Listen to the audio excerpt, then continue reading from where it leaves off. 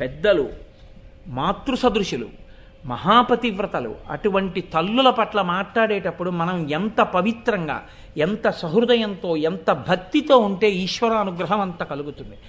పరాచికానికి కూడా చిన్న చూపు, చిన్న మాట అటువంటి వాళ్ళ పట్ల మనం ప్రయోగించకూడదు. సంస్కారయుతమైన మాట మాత్రమే మాట్లాడవలసి ఉంటుంది. మన తల్లిని అగౌరవించుకుంటే ఎంత తప్పు, ద్రౌపదీదేవి లాంటి మహాపతివ్రతలను చిన్న చేసి మాట్లాడడం కూడా అంత తప్పే. అది తెలిసి చేసినా తెలియక చేసినా కట్టి కుడిపేస్తుంది. ఆ తర్వాత తెలుస్తుంది ఎంత కట్టి కుడిపింది అలాంటి మాటలు మాట్లాడేది. మీకు సాక్ష్యాలు తెలుసు, మీరు పెద్దలు, నేను చెప్పక్కర్లా నోటితో. సరదాకైనా అలా ఉచ్చరించిన వాళ్ళ జీవితాలలో ఎన్నెన్ని కష్టాలు పడి ఉన్నారో మీరు చూసి ఉండని వారు కారు. కాబట్టి మనం రామాయణ, భారత, భాగవతాల పట్ల అత్యంత భక్తి శ్రద్ధలతో ఉండాలి. అవి పరమ ప్రామాణికములు, వేదోపబృంహణములు, పంచమ వేదం అంత పరమ పవిత్రమైంది. కాబట్టి రేపటి రోజున మనం చక్కగా ఆ మల్లుడు ప్రవేశిస్తాడు. భీముడికి మల్లుడికి యుద్ధం, కీచక ప్రవేశం, ఊర్జిత కథోపేతంబు. ఇహ సైరంధ్రిగా ద్రౌపదీదేవి ప్రవేశం తర్వాత మంచి రసపట్టులోకి వెళ్ళిపోతుంది విరాట పర్వం. కాబట్టి ఇంకా రేపటి నుంచి, అందున మాఘమాసం కూడా వచ్చింది, ఊర్జిత కథోపేతంబు కూడా ప్రారంభమైంది. రేపు మళ్ళీ 6:30 కలుసుకుని కథని పునఃప్రారంభం చేద్దాం. నిన్నటి రోజు ఉపన్యాసం పూర్తి చేసే సమయానికి పాండవులు 5 ద్రౌపదీ సహితులై విరాట్రాజు గారి యొక్క కొలువులోకి ప్రవేశించినటువంటి సందర్భాన్ని మీకు వివరించి ఉన్నాను. అలా 4 నెలలు చక్కగా సంతోషంగా, ఏ విధమైన విఘ్నం లేకుండా, ఏ విధమైనటువంటి భయానికి కానీ, లేకపోతే ఇబ్బంది కలుగుతోందనేటటువంటి భావనకి కానీ అవకాశం లేని రీతిలో చక్కగా ఆ కార్యక్రమం జరిగిపోయింది.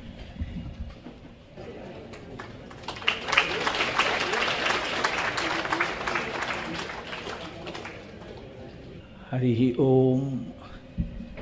ఇవాళ మా గురువుగారే సభలో ఉండడం చాలా సంతోషం, ఒక రకంగా భయం. ఆయన ఎదురకుండా మాట్లాడడం అంటే, సరే రోజు మాట్లాడిస్తున్నది ఆయన దగ్గర మాట్లాడడానికి భయపడితే ఆయనకి సంతోషం ఎలా కలుగుతుంది? నిన్నటి రోజున పాండవులు 5 ద్రౌపదీ సహితులై విరాట్రాజు గారి యొక్క కొలువులోకి ప్రవేశించినటువంటి సందర్భాన్ని మీకు వివరించి ఉన్నాను. 4 నెలలు గడిచిపోయిన తర్వాత విరాట నగరంలో బ్రహ్మోత్సవాలు ప్రారంభమయ్యాయి. ప్రతి ఊరికి ఒక అధిష్టాన దేవత ఉంటుంది, ఆ దేవతకి ఉత్సవాలు జరుగుతుంటాయి. ఆ క్రమంలోనే బ్రహ్మోత్సవాలు విరాట నగరంలో కూడా జరుగుతున్నాయి. అక్కడ జరిగేటటువంటి ఉత్సవాలలో, ఆ వేడుకలలో అంతర్భాగం ఏమి అంటే, అనేక మంది మల్లులు వచ్చి అక్కడ యుద్ధం చేస్తూ ఉంటారు. ఆ మల్ల యుద్ధాన్ని తిలకించి రాజు సంతోషిస్తూ ఉంటాడు. ఆ మల్ల యుద్ధాన్ని చూసి సహజంగా ప్రజలు కూడా సంతోషిస్తూ ఉంటారు. అలా వచ్చినటువంటి ఒక మల్లుడు సాక్షాత్తుగా విరాట్రాజు గారి ముందుకే వెళ్ళి ఒక మాట అన్నాడు. నేను అనేక దేశాలు తిరిగి ఉన్నాను, ఎందరినో ఓడించాను, ఇవాళ ఈ విరాట నగరానికి వచ్చాను. నాతో సమానంగా యుద్ధం చేసేటటువంటి మల్లుడు ఎవరైనా ఉంటే ప్రవేశపెట్టవలసింది అని. అప్పటికే ఉన్న మల్లులందరూ భయపడిపోయారు అన్న విషయాన్ని, అతనితో యుద్ధం చేయడానికి సిద్ధంగా లేరు అన్న విషయాన్ని తిక్కన గారు చాలా అందంగా ఆవిష్కరిస్తారు.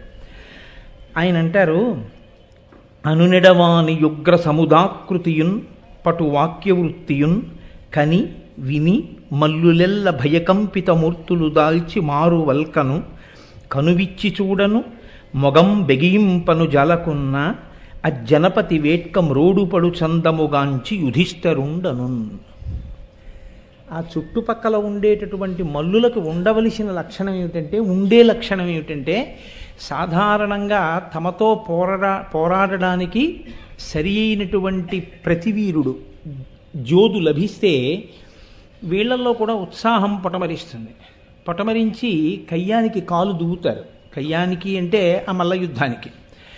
కానీ చుట్టూ ఉన్నటువంటి మల్లుల పరిస్థితి ఎలా ఉందంటే, అక్కడ ఎప్పుడైతే ఈ వచ్చినటువంటి మల్లు మిగిలినటువంటి వాళ్ళని యుద్ధం కోసం స్వాగతిస్తూ, వాళ్ళని పెద్ద పటాటోపం చేస్తూ, మీరెవరైనా నాతో యుద్ధం చెయ్యగలరా అనేటటువంటి ప్రశ్న వేసిన సందర్భంలో అసలు నోటి వెంట మాట రావడమే మానేసింది. అందరూ కూడా భయము చేత వణికిపోతున్నటువంటి వాళ్ళై ఉన్నారు. కనీసం ఇలా కనువిప్పి చూస్తే విరాట్ రాజు గారి చూపులతో తమ చూపు కలిస్తే అంటాడేమో అని కనువిచ్చి చూడడానికి భయపడుతున్నారు. అందుకని ఇలా కళ్ళు విప్పి చూడకుండా ఏదో కంట్లో నలక పడితే కళ్ళు నలుపుకుంటున్న వాడిలాగా, లేకపోతే ఏదో పక్క చూపులు తిప్పి అసలు విరాట్ రాజు గారి వంక కానీ వచ్చిన మల్లు వంక కానీ చూడడానికి ఎవరూ సిద్ధంగా లేరు. అంటే అసలు ఆయన యొక్క ఆకృతి, ఆ వచ్చినటువంటి వాడి యొక్క పరాక్రమం ఆయన ఆహార్యములోనూ ఆయన యొక్క శరీరంలో ఉండేటటువంటి అవయవ సౌష్ఠవంలోనూ తెలుస్తోంది. ఇటువంటి స్థితిలో రాజు ఖిన్నుడయ్యాడు. ఎందుచేత అంటే అది రాజుకు అవమానమే.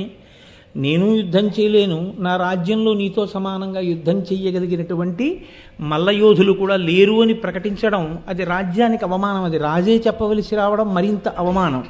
కాబట్టి మ్రాన్పడి చూస్తున్నటువంటి విరాటరాజు యొక్క ఆపదని తీర్చడానికి వెంటనే యుధిష్ఠిరుడు రాజుతో ఒక మాట అన్నాడు. యుధిష్ఠిరుడు అంటే ధర్మరాజు గారు. ఆయన అన్నారు, నేను పూర్వకాలంలో ధర్మరాజు గారి కొలువులో పనిచేసేటటువంటి రోజులలో ఇప్పుడు మన నగరంలో మన కొలువులో వంటలవాడిగా పనిచేస్తున్నటువంటి వలలుడు ఎందరో మల్లయోధులతో కలియబడి యుద్ధం చేసి ఓడించడాన్ని చూశాను. అతను గొప్ప మల్లయోధుడు. కాబట్టి మీరు వెంటనే వలలుణ్ణి పిలిపించి యుద్ధానికి ఆదేశిస్తే అతను సంతోషంగా ఇతనితో యుద్ధం చేసి ఓడిస్తాడు. ప్రభుత్వము యొక్క రాజ్యము యొక్క కీర్తి ప్రతిష్టలు నిలబడతాయి. కాబట్టి మహారాజా మీరు వెంటనే వలలుణ్ణి పిలిపించండి అన్నారు. అంటే అక్కడికొచ్చాడు, చాలా సంతోషం. పైగా అంతకుముందు కూడా భీమసేనుడి యొక్క బలపరాక్రమాలు, ఆయన యొక్క శరీర కాంతి, ఆ తేజస్సుని విరాట్రాజు చూసి ఉన్నవాడే కనుక వలలుణ్ణి పిలిపించారు. వచ్చినటువంటి వలలుడి రూపంలో ఉన్న భీమసేనుడు, అధిప ధర్మజుపాలనున్నప్పుడతని వేడుకకు తగ పెనగుదు వింతలైన జట్టి మల్లులతో ఇప్పుడట్టువోలే నీదు వేట్కకు పెనగద నేర్చినట్లు. ఒకానొకప్పుడు ధర్మరాజు గారి కొలువు కూటంలో ఆయన సంతోషం కోసం నేను కొంతమంది మల్లయోధులతో యుద్ధం చేశాను. ఇప్పుడు కూడా మహారాజా నీ వేట్కకి తగినట్టు నాకు వచ్చినట్టు ఈ వచ్చినటువంటి మల్లునితో యుద్ధం చేస్తాను, చేసి తప్పకుండా ఓడిస్తానని ఆయన ఆ కింద ఉన్నటువంటి బరి అంటారంటే మల్ల యుద్ధం చేసేటటువంటి ప్రదేశం, ఒక వేదిక లాంటి ప్రదేశం. ఆ ప్రదేశం అంతా మట్టితో నిండి ఉంటుంది. ఎందుకంటే వాళ్ళు కింద పడతారు, మీద పడతారు, కలియబడతారు, గుద్దుకుంటారు, తన్నుకుంటారు, పట్టుకుంటారు, ఒకరినొకరు ఒడుసుకుంటారు. ఈ రకమైనటువంటి యుద్ధం చేయవలసినటువంటి ప్రాంగణం మెత్తటి మట్టితో కూడినదై ఉంటుంది. అందుకని ఆయన ఆ యుద్ధం చెయ్యవలసినటువంటి ప్రత్యేకమైనటువంటి ప్రాంతంలోకి ప్రవేశిస్తూ ఒకసారి రాజుగారి వంక తిరిగి నమస్కారం చేశాడు. ప్రభువుకి నమస్కారం చేయడం అందరికీ నమస్కారం చేయడమే. రెండు, ప్రభువు పక్కనే ధర్మరాజు గారు కూర్చుని ఉన్నారు కాబట్టి అన్నగారికి కూడా నమస్కరించి అన్నగారి ఆశీర్వచనం కూడా పొందినట్టయింది. ఇప్పుడు అవతల మల్లు వచ్చాడు, ఈయన వెళ్ళారు, ఇద్దరికీ యుద్ధం ప్రారంభమైంది. అబ్బో తిక్కనగారు మహానుభావుడు, ఆయన స్వయంగా దండనాథుడు, గొప్ప కవి, ఆస్థాన కవి, మంత్రి. ఆ కారణం చేత ఎన్నో మల్ల యుద్ధాలు స్వయంగా చూసి ఉన్నవాడు. ఆయనకి ఆ మల్ల యుద్ధంలో ఉండేటటువంటి నైపుణ్యానికి సంబంధించిన మెళకువలన్నీ తెలుసున్నవాడు. కాబట్టి వాళ్ళిద్దరూ చేసినటువంటి మల్ల యుద్ధాన్ని తనదైన శైలిలో వర్ణించారు. ఒకళ్ళనొకళ్ళు పెనగి పట్టుకుంటూ, కింద పడేస్తూ, మోచేతులతో కుమ్ముకుంటూ, మోకాళ్లతో గుండెల మీద గట్టిగా తొక్కి పెడుతూ, ఒకరినొకరు పడదోసుకుని యుద్ధం చేసి భీమసేనుడు యుద్ధం జరుగుతున్న కొద్దీ ఉత్సాహాన్ని పుంజుకున్నాడు. ఆయనతో యుద్ధం చేస్తున్నటువంటి వేరొక మల్లుడు తన యొక్క శక్తిని క్రమక్రమంగా కోల్పోయాడు. ఇది గమనించినటువంటి భీమసేనుడు అతన్ని కింద పడగొట్టి ఆయన వక్షస్థలం మీద తన మోకాలితో గట్టిగా గుద్దాడు. గుద్దితే ఆయన యొక్క ముఖంలో ఉండేటటువంటి రంధ్రముల అన్నిటి నుంచి కాలవలలోంచి నీరు ప్రవహించినట్టు నెత్తురు చిమ్మింది.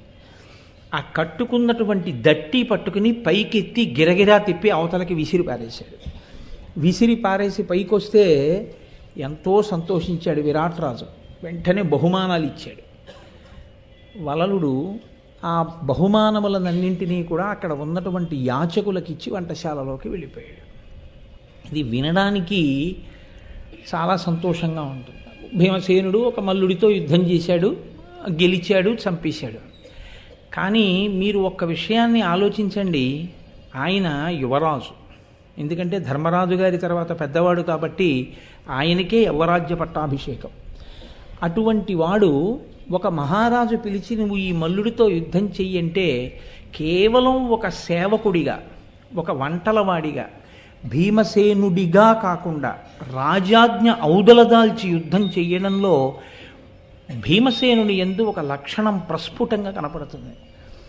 ఇది తనకి అవమానమన్న భావన కన్నా తాను ఎక్కడ ఉండి ఉప్పు తింటున్నాడో, ఎక్కడ తన అజ్ఞాతవాసం పరమ ప్రశాంతంగా ఏ ఇబ్బంది లేకుండా జరుగుతోందో, అక్కడ ఉన్నటువంటి రాజుకి, రాజు యొక్క ప్రభుత్వానికి ఇబ్బంది ఏర్పడినప్పుడు దానిని అధిగమింప చేయడంలో, ప్రభువు యొక్క కీర్తిని నిలబెట్టడంలో ఆయన ఉత్సుకత ప్రదర్శించాడు. నేనింతటి వాణ్ణి, నేను ఈయన పిలిస్తే యుద్ధం చేస్తున్నాను, ఆఖరికి నా పరిస్థితి ఇలా అయిపోయింది, ఏమిటో మా కర్మ అన్న భావన కానీ ప్రవేశించింది అనుకోండి, ఎక్కడెక్కడ మనసు విచలితం అయిపోతుందో, ఎక్కడెక్కడ మనసు నేను అయ్యయ్యో అవమానాల పాలైపోయాననేటటువంటి న్యూనతాభావాన్ని పొందిందో, అక్కడ శరీరము లోపల బలము ఉన్నప్పటికీ కూడా అది ప్రస్ఫుటమయ్యేటటువంటి అవకాశం ఉండదు. అందుకే శ్రీరామాయణం సుందరకాండలో హనుమ ఒక మాట అంటారు, అనిర్వేద శ్రియోమూలం అనిర్వేద పరం సుఖం అనిర్వేదో హి సతతం సర్వార్థేషు ప్రవర్తక కరోతి సఫలం జన్మో కర్మయత్తత్ కరోతి సహ తస్మాద్ అనిర్వేద కృతం యత్నం చేష్టేహిముత్తమం అంటారు. అనిర్వేదమే దేనికైనా, నిరుత్సాహము లేకుండా, నిర్వేదము పొందకుండా, దేని యందైనా సరే పూనికతో ఒక కార్యాన్ని చేసి ఉత్తమమైనటువంటి లక్ష్యాన్ని వెతుక్కుని నిలబడగలిగినటువంటి వాడు యుగాలు మారిపోయినా సరే కీర్తింపబడుతూ, ఆయనలోంచి మనం ఆ రకమైనటువంటి భావాన్ని మనం కూడా పొంది జీవితంలో విజయం సాధించడం వైపుకి అడుగులు వేసేందుకు అవకాశం కలుగుతుంది. మీరు కేవలం భీముడు ఒక మల్ల యుద్ధం చేసేటటువంటి వాడితో యుద్ధం చేసి చంపాడు, అంతవరకే ఆలోచన చేస్తే మీరు ఒక్కసారి పరకాయ ప్రవేశం చేసి చూడండి. భీమసేనుడు యుద్ధం చేయడం అంటే ఒక విరాట్ రాజు గారు పిలిచి చెప్తే ఒక మల్లయోధుడితో యుద్ధం చేయవలసినటువంటి అగత్యం ఉన్నవాడు కాదు. ఆయనకి అవమాన భారంగా అనిపించింది అనుకోండి, ఏదో ఓ మాట చెప్పచ్చు, నాకు ఇవాళ కడుపు నొప్పిగా ఉంది మహారాజా కాబట్టి నేను యుద్ధం చేయలేనను, లేకపోతే చాలా శిరోవేదనగా ఉంది మహారాజా నేను యుద్ధం చెయ్యలేనను, ఏదో ఒక మాట చెప్పి ఈయన చెప్పడం ఏమిటి నేను చేయడం ఏమిటని పక్కకి వెళ్ళిపోవచ్చు. అది కాదు. మహాత్ముల లక్షణం ఎప్పుడూ కూడా ఎలా ఉంటుందంటే ప్రత్యుపకారము కొరకై వెతుకులాడుతుంటారు. నేను ఒక ఉపకారాన్ని పొందితే మళ్ళీ తిరిగి ఉపకారాన్ని ఎంత తొందరగా చేద్దామన్న ఆర్తి ఉంటుంది. కిష్కింధకాండలో లక్ష్మణమూర్తి అంటాడు, బ్రహ్మగ్నేచ సురాపేచ చోరే భగ్నవ్రతే తథా నిష్కృతిర్విహితా సిద్భి కృతఘ్నో నాస్తి నిష్కృతి. కృతఘ్నుడైనటువంటి వాడికి నిష్కృతి లేదు. ఏమిటి భీముడు అక్కడ పొందినటువంటి ఆనందం అంటే తన అజ్ఞాతవాస కాలం పరమ సంతోషంగా ఏ విధమైనటువంటి ఇబ్బంది లేకుండా గడిచిపోవడానికి విరాట్ రాజు గారి యొక్క కొలువు తనకి అవకాశం ఇచ్చింది. అది తనకి అవకాశం ఇచ్చినప్పుడు ప్రత్యుపకారం చెయ్యవలసి వచ్చినప్పుడు ఆ ప్రత్యుపకారానికి ఆవేశంలో ఉన్నప్పటికీ రాజాజ్ఞని ఔదలదాల్చి చెయ్యవలసి వచ్చినప్పటికీ చెయ్యవలసి ఉంటుంది. మీరు ఇంకొక విషయాన్ని గమనించండి, మనకి లోకంలో ఉండేటటువంటి పోకడ ఎలా ఉంటుందంటే ఒక మాట ఒక పెద్దల వలన మనం వింటే అది ఒక గంట సేపో 2 గంటలో 2 రోజులో 3 రోజులో దాని ప్రభావం ఉంటుంది. ఎవరు సంతతము మననము చేస్తారో అటువంటి వారికి పెద్దలు చెప్పినటువంటి మాట జీవితాంతం రక్షణ కవచమై నిలబడుతుంది. ఎందుకంటే వాళ్ళకి ఇవాళ చెప్తే 4 రోజులు దాని గురించి ఆలోచించి 5వ రోజు మరిచిపోయే స్వభావం ఉండదు.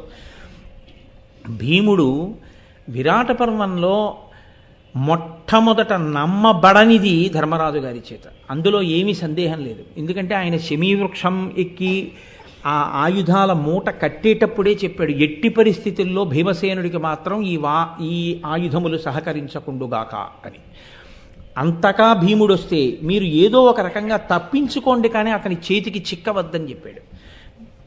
స్పష్టంగా చెప్పాడు, ధార్తరాష్ట్రుల ఎడల క్రోధమున్నవాడు, పుట్టుకతోనే అతిబలం ఉన్నవాడు, ఉగ్రమైనటువంటి స్వరూపం ఉన్నవాడు, కాబట్టి ఇతనితోనే నాకు చాలా భయంగా ఉంది అని స్పష్టంగా చెప్పాడు ఆయన దేవతలకి నమస్కారం చేసినప్పుడు.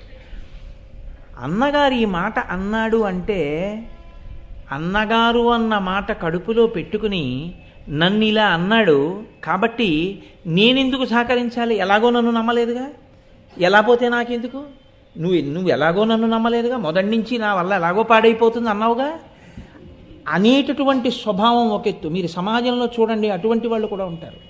మీరు ఒక మర్యాద కోసం, ఒక మంచి కోసం, ఒరే నీ గురించే నాకు భయం, నువ్వు సరిగ్గా ఉండవని అన్నారనుకోండి, వాడు ఖచ్చితంగా అలాగే పెంకితనంతో హఠం చేస్తాడు.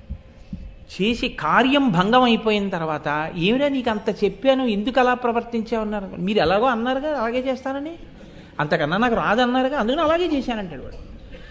కానీ అన్నగారి ఆవేదన అర్థం చేసుకున్నాడు. అన్నగారు ఆ మాటలు ఎందుకు అన్నాడో, ఎందుకు బాధపడుతున్నాడో, ఎందుకు భయపడుతున్నాడో, ఎవరి కోసం తాపత్రయపడుతున్నాడో ధర్మరాజు గారి హృదయాన్ని అర్థం చేసుకున్నాడు. ఎందుకంటే యథార్థంగా మాట్లాడాలంటే శ్రీరామాయణంలో రామచంద్రమూర్తి ఒకవేళ అవసరమైతే భరతుడికి రాజ్యం ఇచ్చి తిరిగి నేను అరణ్యవాసానికి వెళ్ళిపోతానన్న మాట ఎంత మనస్ఫూర్తిగా అన్నాడో ధర్మరాజు గారు కూడా మహాభారతంలో అవసరమైతే అరణ్యవాసం చేసుకుంటూ తపస్సు చేసుకుంటూ వెళ్ళిపోవడానికి ఆయనకు అభ్యంతరం లేదు.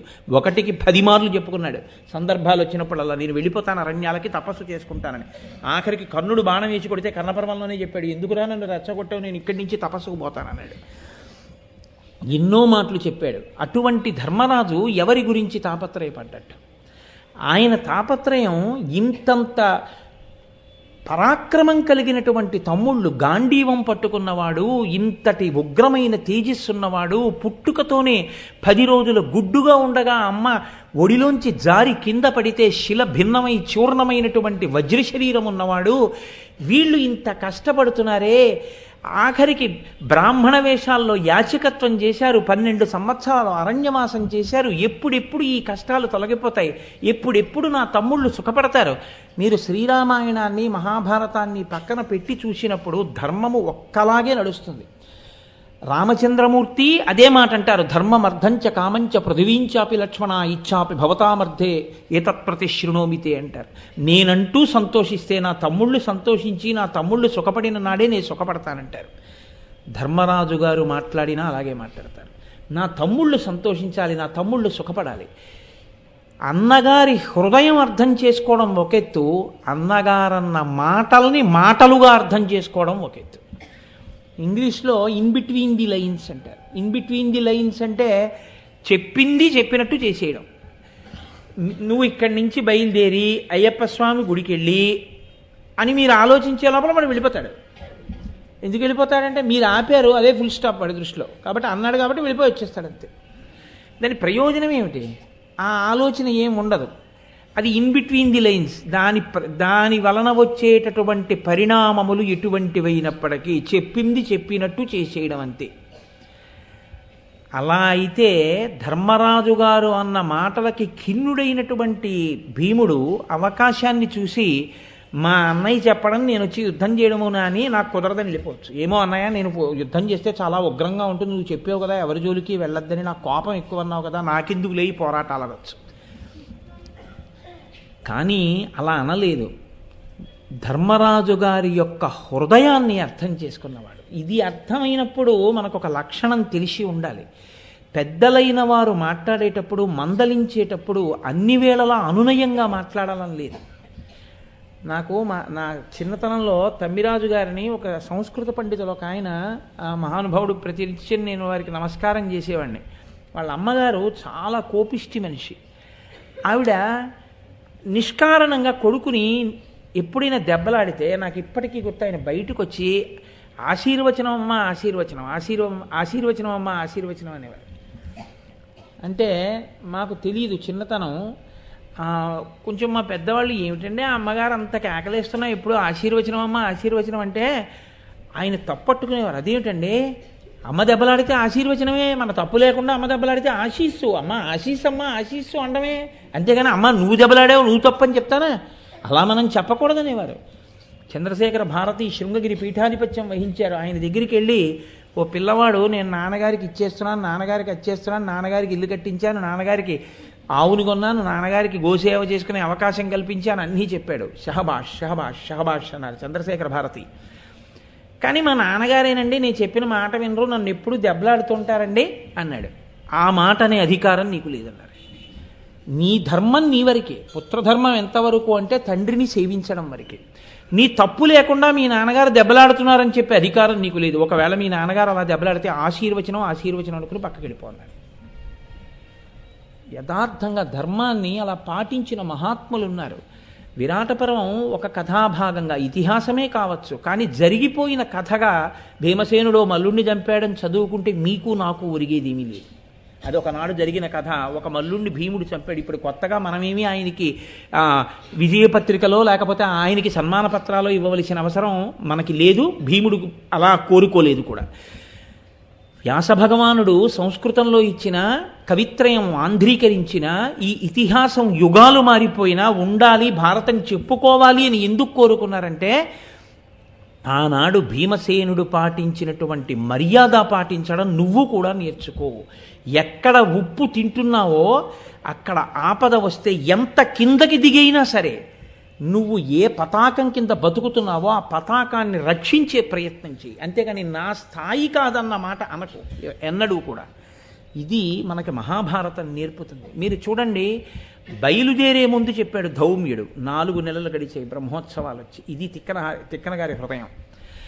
ధౌమ్యుడు చెప్పినటువంటి మాటల్ని ఒక వారం రోజులలో వలలుడు మరిచిపోయినది యథార్థమైతే, ఒక ప్రభువు దగ్గర కొలువు చెయ్యడం అంటే ఇన్నాళ్ళు మీకు తెలియదు, ఇన్నాళ్ళు మీరు పరిపాలన చేశారు, బ్రతకడం అంటే ఎలా బ్రతకాలో నేర్చుకోమని చెప్పాడు ధౌమ్యుడు. మీకు నేను వివరణ చేసి ఉన్నాను మొదటి 2-3 రోజుల్లో. ధౌమ్యుడు చెప్పిన మాటలు విన్నాడు కాబట్టి, బాగా జ్ఞాపకం ఉంచుకున్నాడు కాబట్టి, సమయోచితంగా పాటించడానికి సిద్ధపడ్డాడు కాబట్టి, పురోహితుని యందు గురువు యందు భక్తి ఆచరణ యందు ప్రకటనమైంది. ఆచరణమునకు పనికి రాకుండా కేవలం వినడానికి మర్చిపోవడానికి పనికొచ్చేటటువంటి బోధ జీవితంలో శీలాన్ని పెంచడానికి పనికిరాదు. అది ఒక వ్యక్తి యొక్క శీలాన్ని చెక్కలేదు. అతనిలో ఏ విధమైన మార్పు ఉండదు. నేను ఒక నాట్యాన్ని చూసి ఎలా వెళ్ళిపోతానో అలా విని వెళ్ళిపోతాను, నేను ఒక మృదంగ విన్యాసం ఎలా విని వెళ్ళిపోతానో అలా విని వెళ్ళిపోతాను అనుకున్నవాడికి భారతం ఏమీ చెయ్యలేదు. భారతం ఎంతవరకు పనికొస్తుందంటే ఒక చందమామ కథలా పనికొస్తుంది అతనికి. కాదు, భారతంలోంచి మీరు ఏమైనా ప్రేరణ పొందాలి అనుకుంటే మీరు ఆ కోణంలో పరిశీలన చెయ్యవలసి ఉంటుంది. వినడం కాదు, విన్నదాన్ని ఎంత జ్ఞాపకం పెట్టుకుని ఆచరిస్తున్నారు అన్నది చాలా చాలా ప్రధానం. ఒక గురువుకి గౌరవం ఎప్పుడండి? ఒక పురోహితుడికి గౌరవం ఎప్పుడు? అంటే తండ్రి కీర్తి ఎవరి వలన ఇనుమడిస్తుందంటే బిడ్డల వలన. ఒక గురువు కీర్తి ఎవరి వలన ఇనుమడిస్తుందంటే శిష్యుల వలన. తన శిష్యుడు యోగ్యుడైతే మీ శిష్యుడు ఇంత యోగ్యుడు అని నలుగురు చెప్పుకుంటే గురువు పరవశించిపోతారు. గురువుగారు మహానుభావుడు, ఆయనకి నువ్వు కొత్తగా తేవలసిన కీర్తి లేదు, నీ వలన ఆయన నేర్చుకోవలసిన విషయం లేదు. నువ్వు నేర్చుకున్నది ఏమైనా ఉంటే ఆయన పెట్టిన భిక్ష. నీ వలన ఆయన పొందవలసినది ఒక్కటే, తన కొడుకు ఎలా కీర్తి సాధిస్తే సంతోషిస్తారో అలా నా శిష్యుడు యోగ్యుడయ్యాడు, నా శిష్యుడు 10 మంది చేత సహభాష అనిపించుకున్నాడు. ఇది ఎప్పుడు గురువు సంతోషిస్తారు? నీ చదువు ఆచరణాత్మకమైతే, నువ్వు చదువుకున్నది నువ్వు ఆచరించినది నిజమైతే నీ గురువు సంతోషిస్తారు.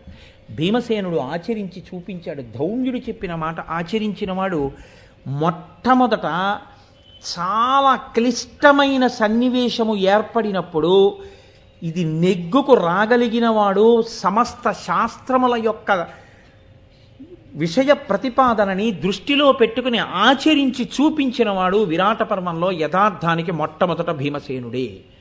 ఒక్క మల్లుడితో పోరాటం అంటే కేవలం కాకతాళీయంగా ఏదో ఒక మల్లుడితో పోరాటంగా మీరు స్వీకరించకండి. ఇన్ని పవిత్ర భావనలు ఆయన హృదయంలో ఉన్నాయి. తిట్టిన అన్నయ్య పిలిచి నువ్వు వాడితో యుద్ధం చెయ్యి అంటే యుద్ధం చేశాడు. తిట్టిన అన్నయ్య నాకు వీడి మీదే నమ్మకం లేదు అన్న అన్నయ్య మామిడి చెట్టు పెళ్ళగించి విసరబోతుంటే ఇలా చూసి, వంటలవాడివి, నీకు ఇంత పువ్వులతో పళ్ళతో ఉన్న మామిడి చెట్టు రా పనికొచ్చింది అంటే నీవెప్పుడు ఇలాగే మాట్లాడావని విసరలేదు, పక్కన పారేసి వెళ్ళిపోయాడు అంతే. హృదయం ఎరగడం అంటే అది. తిట్టేవాడు లేదా నిందించేవాడు లేదా మీకు మాట చెప్పేవాడు చెప్పడం కఠినంగా ఉండొచ్చు, కానీ ఆయన హృదయాన్ని పట్టుకోవడం నరజన్మ యొక్క ప్రయోజనం. ఆయన ఎంత తాపత్రయం లేకపోతే ఇవాళ మనని అంత నిలదీసి అంత కఠినంగా చెప్పారు. ఏదో తప్పు జరిగి ఉంటుంది, లేకపోతే ఆయన అంత కఠినంగా మాట్లాడరు కదా. ఇదే అంటాడు అరణ్యకాండలో మారీచుడు, సులభాహ పురుషారాజన్ సతతం ప్రియవాదిన అప్రియస్యతు పద్యస్య వక్తా శ్రోతాచ దుర్లభ అన్నాడు. ఎప్పుడూ నిన్ను పొగిడి నీ అంత వాళ్ళేడు నీ అంత వాళ్ళేడు అనేవాళ్ళు లోకంలో ఎక్కడికి వెళ్ళినా దొరుకుతారు. అప్రియమైన సత్యాన్ని మాట్లాడి నీ ఉన్నతిని కోరేటట్టు మాట్లాడేవాడు లోకంలో రావణ ఎక్కడో తప్ప ఉండడు. ఒకవేళ ఉన్నా వినేవాడు దొరకడు అన్నాడు. నిజం. రావణుడు మారీచుడు మాట విని ఉంటే అసలు రావణ సంహారం జరిగి ఉండేది కాదు. ఎందుకనంటే ఆయన స్పష్టంగా చెప్పాడు, ఎందుకురా యదీచ్ఛసి చిరం భోక్తం మా కృధారామ విప్రియం అని చెప్పాడు. నువ్వు హాయిగా ఉండు, రాముడి జోలికి వెళ్ళకు, బతికేస్తా ఉన్నాడు. అదే వినలేదు, చచ్చిపోయాడు. మాట వినడంలో ఉంది గొప్పతనం. మాట వినడంలో, మాట వింటూ కేవలం వాక్కుని కాదు హృదయాన్ని అర్థం చేసుకోవడంలో ఉంది. ఒక తండ్రి కానీ, ఒక అన్న కానీ, ఒక గురువు కానీ, ఒక ప్రభువు కానీ ఎల్లవేళలా మీతో అనునయంగా మీ మనసుకి నచ్చేటటువంటి సరళమైన భాషలోనే మాట్లాడతారని మీరు ఊహించకూడదు.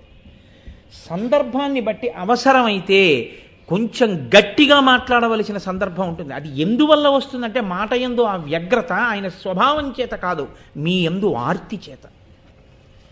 శంకర భగవత్పాదులంతటి వారు భజ గోవిందం భజ గోవిందం గోవిందం భజ మూఢమతే సంప్రాప్తే సన్నిహితే కాలే నహి నహి రక్షతి డుక్రుంకరణే అన్నారు.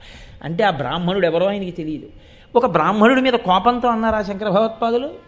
కోపం కాదు, అయ్యయ్యో పాడైపోతున్నాడు, వయసు అయిపోతోంది. ప్రత్యాయాంతిగతాహ పునర్నదివసాహ కాలో జగద్భక్షక లక్ష్మీస్తోయ తరంగ భంగ చపలా విద్యుచ్చలం జీవితం తస్మాన్ మాం శరణాగతిం కరుణయా త్వం రక్ష రక్షాధున.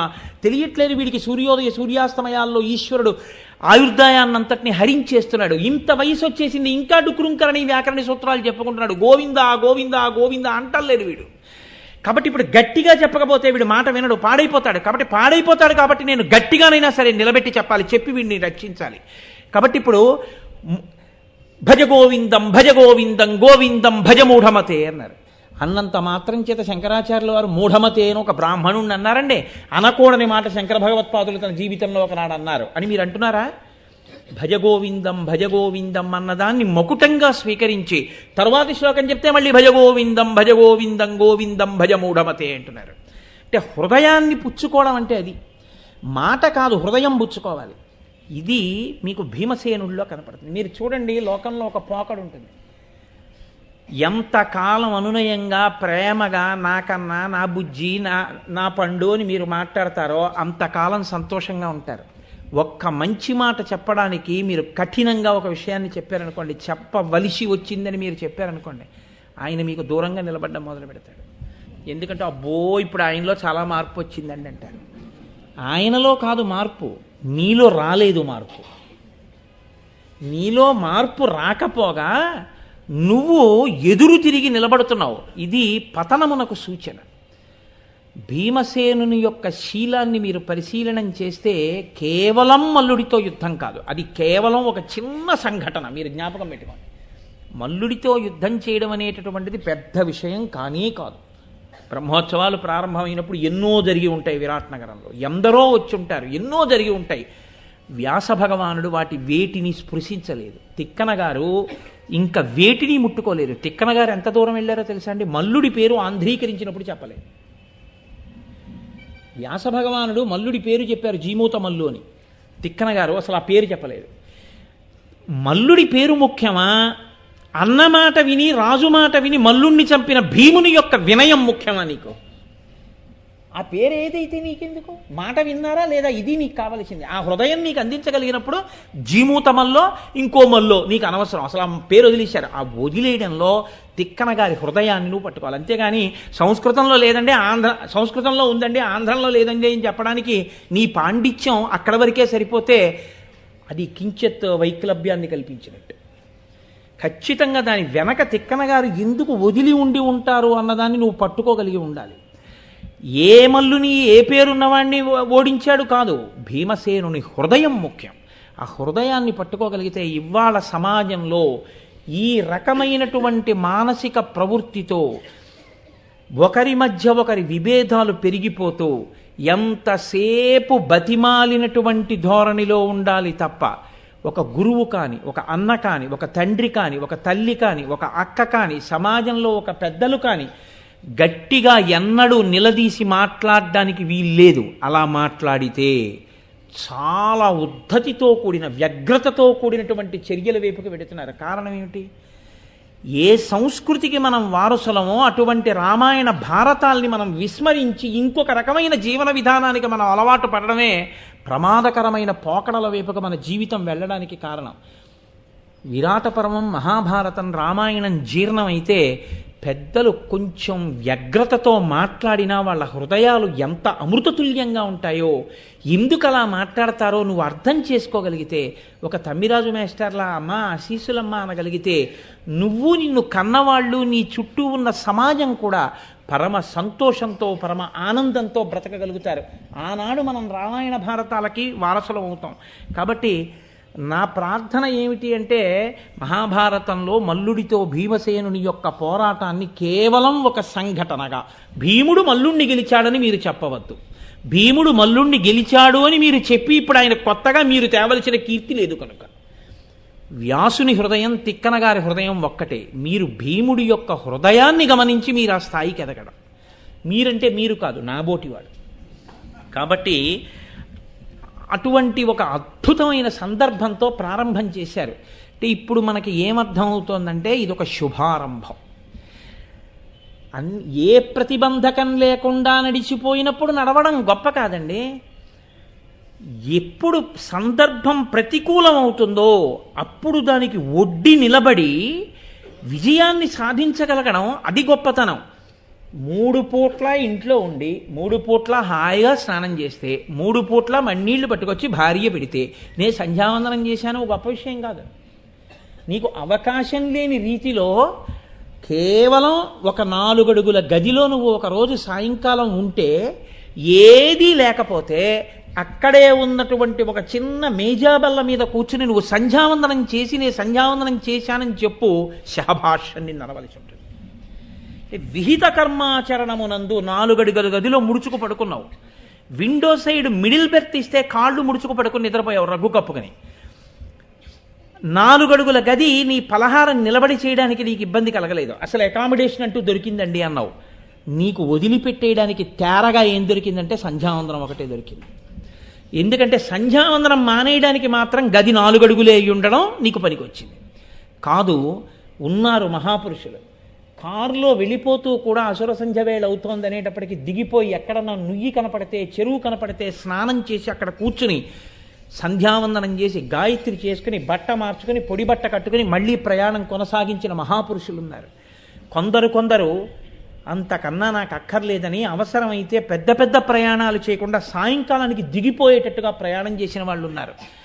వాళ్ళు ధర్మానికి ప్రాణాలు ఇచ్చిన వారు. వాళ్ళు స్వధర్మో నిధనం శ్రేయ పరధర్మో భయావహ అంటాడు. నీకు కానిది నువ్వు ఎన్ని చేస్తే మాత్రం ఈశ్వరుడికి ప్రీతి. నువ్వు చెయ్యవలసింది నువ్వు చేస్తున్నావా? మీరు ఆ కోణంలో పరిశీలించిన నాడు భీమసేనుని యొక్క ఔదార్యానికి, భీమసేనుని యొక్క విశాల హృదయానికి ఉపమానం వేయడానికి ఆకాశం సరిపోదు. అది ఆయన వినయం. సాధారణంగా లోకంలో ఎక్కడ బలం, ఎక్కడ పరాక్రమం, ఎక్కడ పౌరుషం ఉంటాయో అక్కడ వినయం ఉండడం చాలా చాలా కష్టం. ఇది మీకు 2 పాత్రలలో కనపడుతుంది స్పష్టంగా. ఒకటి హనుమ, అంతటి మహానుభావుడు, దాసోహం కోసలేంద్రస్య రామస్య క్లిష్టకర్మణ అంటారు. ఇంతటి మహానుభావుడు విరాట్రాజు కోసం యుద్ధం చేస్తాడు. భీముడు చెప్తే ఎంత కోపమైనా నిగ్రహించుకుని వెళ్ళిపోతాడు. కోపానికి వశపడిపోవడం పెద్ద గొప్ప విషయం కాదండి. క్రుద్ధ పాపం న కుర్యాత్క క్రుద్ధో హన్యాత్ గురువునపి క్రుద్ధ పరుషయావాస నరం సాధు నదీక్షిపేత్ అంటారు వాల్మీకి మహర్షి. క్రోధానికి వశమైపోయానన్నవాడు ఎంత తప్పుడు పనైనా చేస్తాడు. మీరు చూస్తున్నారుగా, తెల్లవారి లేస్తే కోరిక తీరకపోతే క్రోధం, 2 అక్క చెల్లెళ్ళు. తీరితే సంతోషం, తీరకపోతే క్రోధం. ఆ క్రోధం ఎంతంత దూరం పెడుతున్నాయో, ఎంత పైశాచికమైన పనులు చేయించేస్తున్నాయో మనం తెల్లవారి లేస్తే చూస్తున్నాం, చదువుతున్నాం. నిగ్రహించుకున్న భీమసేనుని వంటి మహాపురుషుల జీవితాల గురించినటువంటి వివరణ జరుగుతున్న, మహాభారతం చదివిన, మహాభారతం చెప్పిన, మహాభారతం యువతలో జీర్ణమైన ఇవాల్టి సమాజానికి పరిష్కారం అందులో ఉంది. యథార్థానికి మీరు మనిషి మనిషికి పోలీసుల్ని పెట్టలేరుగా. ఏ కాలేజీ కన్నా 1000 మంది ఎడుతుంటే అందులో ఎవడి మనసులో ఏదుందో తెలుసుకుని నిరంతరం కాపాడడానికి ఈ దేశంలో పోలీసుల్ని పెట్టుకుంటూ వెళ్ళిపోతే ప్రతి అడుగుకి 5గురు పోలీసుల్ని పెట్టినా శాంతి భద్రతల్ని రక్షించడం కుదరదు. నువ్వెవరో నీకు తెలియాలంటే, అందరిలో ఉన్నవాడెవరో నీకు తెలియాలంటే నీకు దేవాలయంలో ఉన్నవాడు అర్థం కావాలి. దేవాలయంలో ఉన్నవాడు అర్థం కావాలంటే రామాయణ భారత భాగవతాలు తెలిసి ఉండాలి. రామాయణ భారత భాగవతాలు వినడం నీకు వస్తే నువ్వు మనిషిగా బతుకుతావు. నువ్వు మనిషిగా బతికితే నువ్వు రాక్షసుళ్ళ ఇంకోళ్ళ మీద క్రోధంతో, ప్రేమ అన్న పేరు చెప్పి కామంతో ప్రవర్తించడం, ఆడపిల్లల్ని చంపడం, యాసిడ్లు పోయడం, కత్తులతో పడవడం, సీసాలతో కొట్టడం, ఇలాంటి దుశ్చేష్టలు సమాజంలో ఉండవు. ఎంతమంది రక్షక భటుల్ని పెట్టి మీరు మనసులు మార్చగలరు? ఎంతమంది రక్షక భటులు నిలబడితే మాత్రం వాళ్ళు చేయగలరు? వాళ్ళకి ఒక పరిమితి ఉంటుంది. మారవలసినది మనసు. మనసులు మారాలి అంటే మనం ఏది కోల్పోయామో, ఎందువల్ల మనసులు పాడైపోతున్నాయో ఇవాళ అందరివి అర్థం చేసుకుని వాటిని తీయాలి. ఏవి చదువుకుని మన ముందున్న తరాలన్నీ శాంతితో బతికాయో, ఏవి చదువుకుని మన తరాలు పక్కవాడిని పిలిచి పట్టెడు అన్నం పెట్టాయో, ఏవి చదువుకుని మన వాళ్ళు పరమ తృప్తితో జీవితం గడిపారో, ఏవి చదువుకుని మన వాళ్ళు పరమ శాంతితో బతికి శాంతితో ప్రాణాలు వదిలిపెట్టారో, వాటిని మళ్ళీ మనం వారసత్వ సంపదగా గుర్తించి తీసుకొచ్చి చదువుకుని చెప్పించుకుని అనుష్ఠించి ధర్మాన్ని మళ్ళీ భారతమాత బిడ్డలుగా మనం సంతోషంగా నిలబడాలి అంటే విరాట పర్వంలో భీమసేనుని యొక్క వృత్తాంతం లాంటి వృత్తాంతాలని 1కి 10 మార్లు నెమరవేసుకోవలసినటువంటి అవసరం మనకుంది. కాబట్టి నా మనవి, ఎందుకు ఇంత నేను ఆవేశంతో, ఇంత ఆక్రోశంతో మాట్లాడుతున్నానంటే, కేవలం నా దృష్టిలో నేను మన్నింపబడేదనుగాక, నీకు సనాతన ధర్మం మీదంత పిచ్చి అని మీరు అనుకోకండి. ఇందులో శాంతి ఉంది, ఇందులో మనసుకి పరిపక్వతనివ్వగలిగిన శక్తి ఉంది, ఒక మంచి ఉంది, ఒక మర్యాద ఉంది. అది లేనినాడు శరీరము చేత, సప్తధాతువుల చేత, ఆకృతి చేత నరుడేమో కానీ మనసు క్రౌర్యంతో కూడి ఉన్నప్పుడు వాడికి పులికి తేడా ఉండదు. ఆ స్థితి పోవడానికి రామాయణ భారతాలు అవసరం. సరే, అక్కడతో మల్లయోధుని సంహారం పూర్తయింది. తరువాత మళ్ళీ ప్రశాంతంగా సాగిపోతాను. ఏదైనా ఇబ్బంది వచ్చినప్పుడే కదండి వీళ్ళు ఎలా ప్రవర్తించగలరు అన్నది కూడా తెలుస్తుంది. ఒక ఇబ్బంది వచ్చినప్పుడు తెలిసింది కాబట్టి ఇప్పుడు వేరొక ఇబ్బంది వస్తున్నా వాళ్ళు అలా ధర్మం తప్పిపోయే వాళ్ళు ఏం కారు, ఎటువంటి దాన్నైనా తట్టుకుంటారనేటటువంటి పూనికతో నువ్వు భారతం చదవాలి. ఇంత కష్టం వచ్చిందని అడ్డదారు ఏమైనా వెతుకుతారా? ఒక్కనాటికి వెతకరన్న పూనికతో నువ్వు చదివితే నీకు జీవితంలో ఎన్నటికీ అడ్డదారి వెతుక్కోకుండా ఉండడం అలవాటు. నేను అందుకే మీతో మనవి చేస్తున్నది, రామాయణమైన భారతమైన ప్రతిపాదన ధర్మమే, కేవలము ధర్మమే. ఎందుచేత అసలు ఇప్పుడు మనం ఉన్నది సనాతన ధర్మము కనుక, ధ్రియతేవా జనైరితి ధర్మం, మనం పట్టుకోవలసింది ధర్మమే కనుక. కాబట్టి చూడండి, కొన్నాళ్ళు అయిపోయిన తరువాత కీచకుడు ప్రవేశించాడు. కీచకుడు విరాట్ రాజు గారి యొక్క బావమరిది. విరాట్ రాజు గారి బావమరిది అంటే సుదేష్ణ యొక్క తమ్ముడు, అన్న కాడు, తమ్ముడు. ఏ విధంగా తమ్ముడు అంటే ఆవిడ తోడబుట్టినవాడు కాడు, ఏకోదరులు కారు. ఆమె యొక్క పెదతల్లికి ఉన్న 106 సంతానంలో పెద్దవాడు కీచకుడు. మిగిలిన 105 పేర్లు కూడా కీచకులే. కానీ అందరినీ కీచకులంటే ఆయనకి బాధ వస్తుందని ఉపకీచకులు అన్నారు. 105 ఉపకీచకులు, ఒకడు కీచకుడు. దాన్ని బట్టి ఏం తెలుస్తోంది మీకు అంటే, వాడు చేసేటటువంటి పనులను అడ్డు పెట్టుకుని ఎప్పుడూ ఈ 105 మంది సంతోషిస్తుంటారు. ఈ 105 మంది ఏం కోరుకుంటూ ఉంటారంటే, ఆ పైనున్నవాడు బతకాలని కోరుకుంటూ ఉంటారు. ఆ పైనున్నవాడు ఇలా బతకాలని కోరుకోరు, అలా బతికి ఉండాలని కోరుకుంటారు. మీరు గమనించాలి. సంస్కరణ వాళ్ళ ప్రయోజనం కాదు. అన్నయ్య నువ్వు ఇలా ఉండవద్దని తమ్ముళ్ళు ఎప్పుడూ చెప్పరు. అన్నయ్య ఉండాలి. అన్నయ్య ఏ మార్గంలో ప్రవర్తించినా దాని వలన వచ్చేటటువంటి భోగములను తాము అనుభవిస్తుంటారు. తమంత తాము అవి సాధించుకోలేరు కనుక పైనున్న వాణ్ణి రక్షిస్తుంటారు. దేనికి రక్షిస్తారంటే కేవలముగా తమ భోగములు కూడా నడవడం కొరకు. మీరు బాగా భారతాన్ని పరిశీలనం చేస్తే మీకు కనపడే సందర్భం అంతే. అందుకే ఆయనతో పుట్టారు, ఆయనతో చచ్చారు. తప్పు చేసినది ఆయనైనా పాలు తమంత తాము కోరి పంచుకు చచ్చిపోయారు వాళ్ళు. లేకపోతే అలా చచ్చిపోవలసిన అవసరం వాళ్ళకి లేదు. మీకు విరాట పర్వంలో ఎదురు కనపడుతుంది. అంత ఉద్ధతితో ప్రవర్తించి చచ్చిపోయారు అంతే వాళ్ళు. ఇది ఎవరితో కూడి ఉండకూడదో వాళ్ళతో కూడి ఉండడం కూడా అంత ప్రమాదాన్ని తెస్తుంది. ఎంత ఇనుమైన నీటితో కలిస్తే తుప్పట్టి విరిగిపోతుంది. ఎంత ఇనుమైన అగ్నిహోత్రం యొక్క స్పర్శ తగిలితే వంగి మనిషికి ఎలా కావాలో అలా ప్రయోజనాన్ని ఇస్తుందో కిటికీకి అమరికతో కూడినటువంటి ఓచవుతుంది. ఒక పువ్వు సహజంగా ఎంత గొప్పదైన శవం మీద పడి కింద పడితే ఎవ్వరూ చేత్తో తీయరు. అదే ఒక ఈశ్వరుడి పాదాల మీద పడి మీ చేతికి వస్తే కళ్ళకద్దుకుని తల మీద పెట్టుకుంటారు. సంగదోషం ఎప్పుడూ ఉంటుంది. మీరు ఎవరితో కూడి ఉన్నారు అన్నది కూడా మీ జీవితానికి అభ్యున్నతిని కటాక్షిస్తుంది. ధృతరాష్ట్రుడు తనంత తానుగా యోగ్యుడు కాడు. మీకు నేను మొట్టమొదటి రోజున చెప్పాను, మూలం రాజా. ఎవరు అసలు ఈ విషవృక్షానికి అంతటికీ కూడా కౌరవుల వైపు మూలము అంటే కేవలముగా ధృతరాష్ట్రుడే. అటువంటి ధృతరాష్ట్రుడికి మీరు గమనించారో లేదో, రాయబారానికి వెళ్ళినప్పుడు కృష్ణ భగవానుడు తన యొక్క విశ్వరూపాన్ని చూపించినప్పుడు కళ్ళిచ్చి మరీ చూపించాడు ధృతరాష్ట్రుడికి. ఏ పుణ్యం ఉందని చూపించాలి. ఏమిటి ఆయనకున్న పుణ్యం? మనం తెల్లవారి లేస్తే చెప్తే సమస్త జాడ్యములకు కారణం మూలంగా ధృతరాష్ట్రుడే అని చెప్తాం. చెప్పినప్పుడు ఏ పుణ్యం ఉందని విశ్వరూపం చూపించాడు కృష్ణుడు? పోని చూశాడండి, ఏదో కాకతాళీయంగా కట్టుజారిపోయింది, గాంధారికి జారిపోయినట్టు ఒకనకొకప్పుడు అందామా అంటే అలా ఏం కట్టుజారిపోయేవాడు కాదు. జాత్యంధుడు, పుట్టుకతో గుడ్డివాడు. మరి ఎందుకు చూపించాడు? ఒక్కటే కారణం, ఎంత చెడ్డవాడైనా ధృతరాష్ట్రుడు జీవితంలో మిగల్చుకున్న సంపద అంటూ ఉంటే ఒక్కటే మిగిలింది. ప్రతిరోజు రాత్రి విదురుణ్ణి పిలిచేవాడు. పిలిచి ఒరే నిద్ర పట్టట్లేదురా అనేవాడు. అంటే ఆయన అనేవాడు రాత్రి దొంగలకి నిద్ర పట్టదు, ఇతరుల సొమ్ము అపహరిద్దాం అనుకున్న వాడికి, పరుల భార్య మీద కన్నేసిన వాడికి నిద్ర పట్టదు, అనారోగ్యం ఉన్నవాడికి నిద్ర పట్టదు. వీటిల్లో నువ్వు ఏ జాతికి చెందినవాడివో చెప్పనడి. నేను మొదటి జాతికి చెందినవాణ్ణిరా. నా కొడుకులకి రాకూడనిది పాండవులకు చెల్లవలసినది నా కొడుకులకు ఇప్పించే ప్రయత్నం చేస్తున్నటువంటి మనఃప్రవృత్తి ఉన్నవాణ్ణి, అందుకే నిద్ర పట్టట్లేదన్నాడు. షహబాష్, నిజం చెప్పావు, ఇప్పుడు మంచి మాటలు చెప్తాను వినన్నాడు. విదురుడి వంటి మహాత్ముడితో సంగం పెట్టుకున్న ఏకైక కారణాన్ని అడ్డుపెట్టి కళ్ళిచ్చి మరీ కృష్ణ పరమాత్మ విశ్వరూప దర్శనం ఇచ్చాడు. అందుకంటారు శంకర భగవత్పాదులు, సత్సంగత్వే నిస్సంగత్వం నిస్సంగత్వే నిర్మోహత్వం నిర్మోహత్వే నిశ్చలతత్వం నిశ్చలతత్వే జీవన్ముక్తి. సంగము అంత ప్రధానమై ఉంటుంది.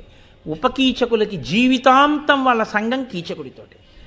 ఒక్క విభీషణుడు మారినట్టు 105 మందిలో ఒక్కడు మారి వెళ్ళిన వాడు లేడు. 105 పై 106 వాడితో పుట్టారు, 105 వాడితో కలిసి తమంత తాము చచ్చిపోయారు అంతే. ఇటువంటి కీచకుడు, ఇటువంటి ఉపకీచకులు విరాట నగరంలోనే ఉన్నారు. ఎక్కడో బయట నుంచి కీచకుడు వచ్చాడని భారతంలో చెప్పలేదు. ఎందుకు వచ్చాడు ఇవాళ సుదేష్ణా మందిరానికి అంటే అక్కగారికి నమస్కరించాలని బుద్ధి పుట్టింది.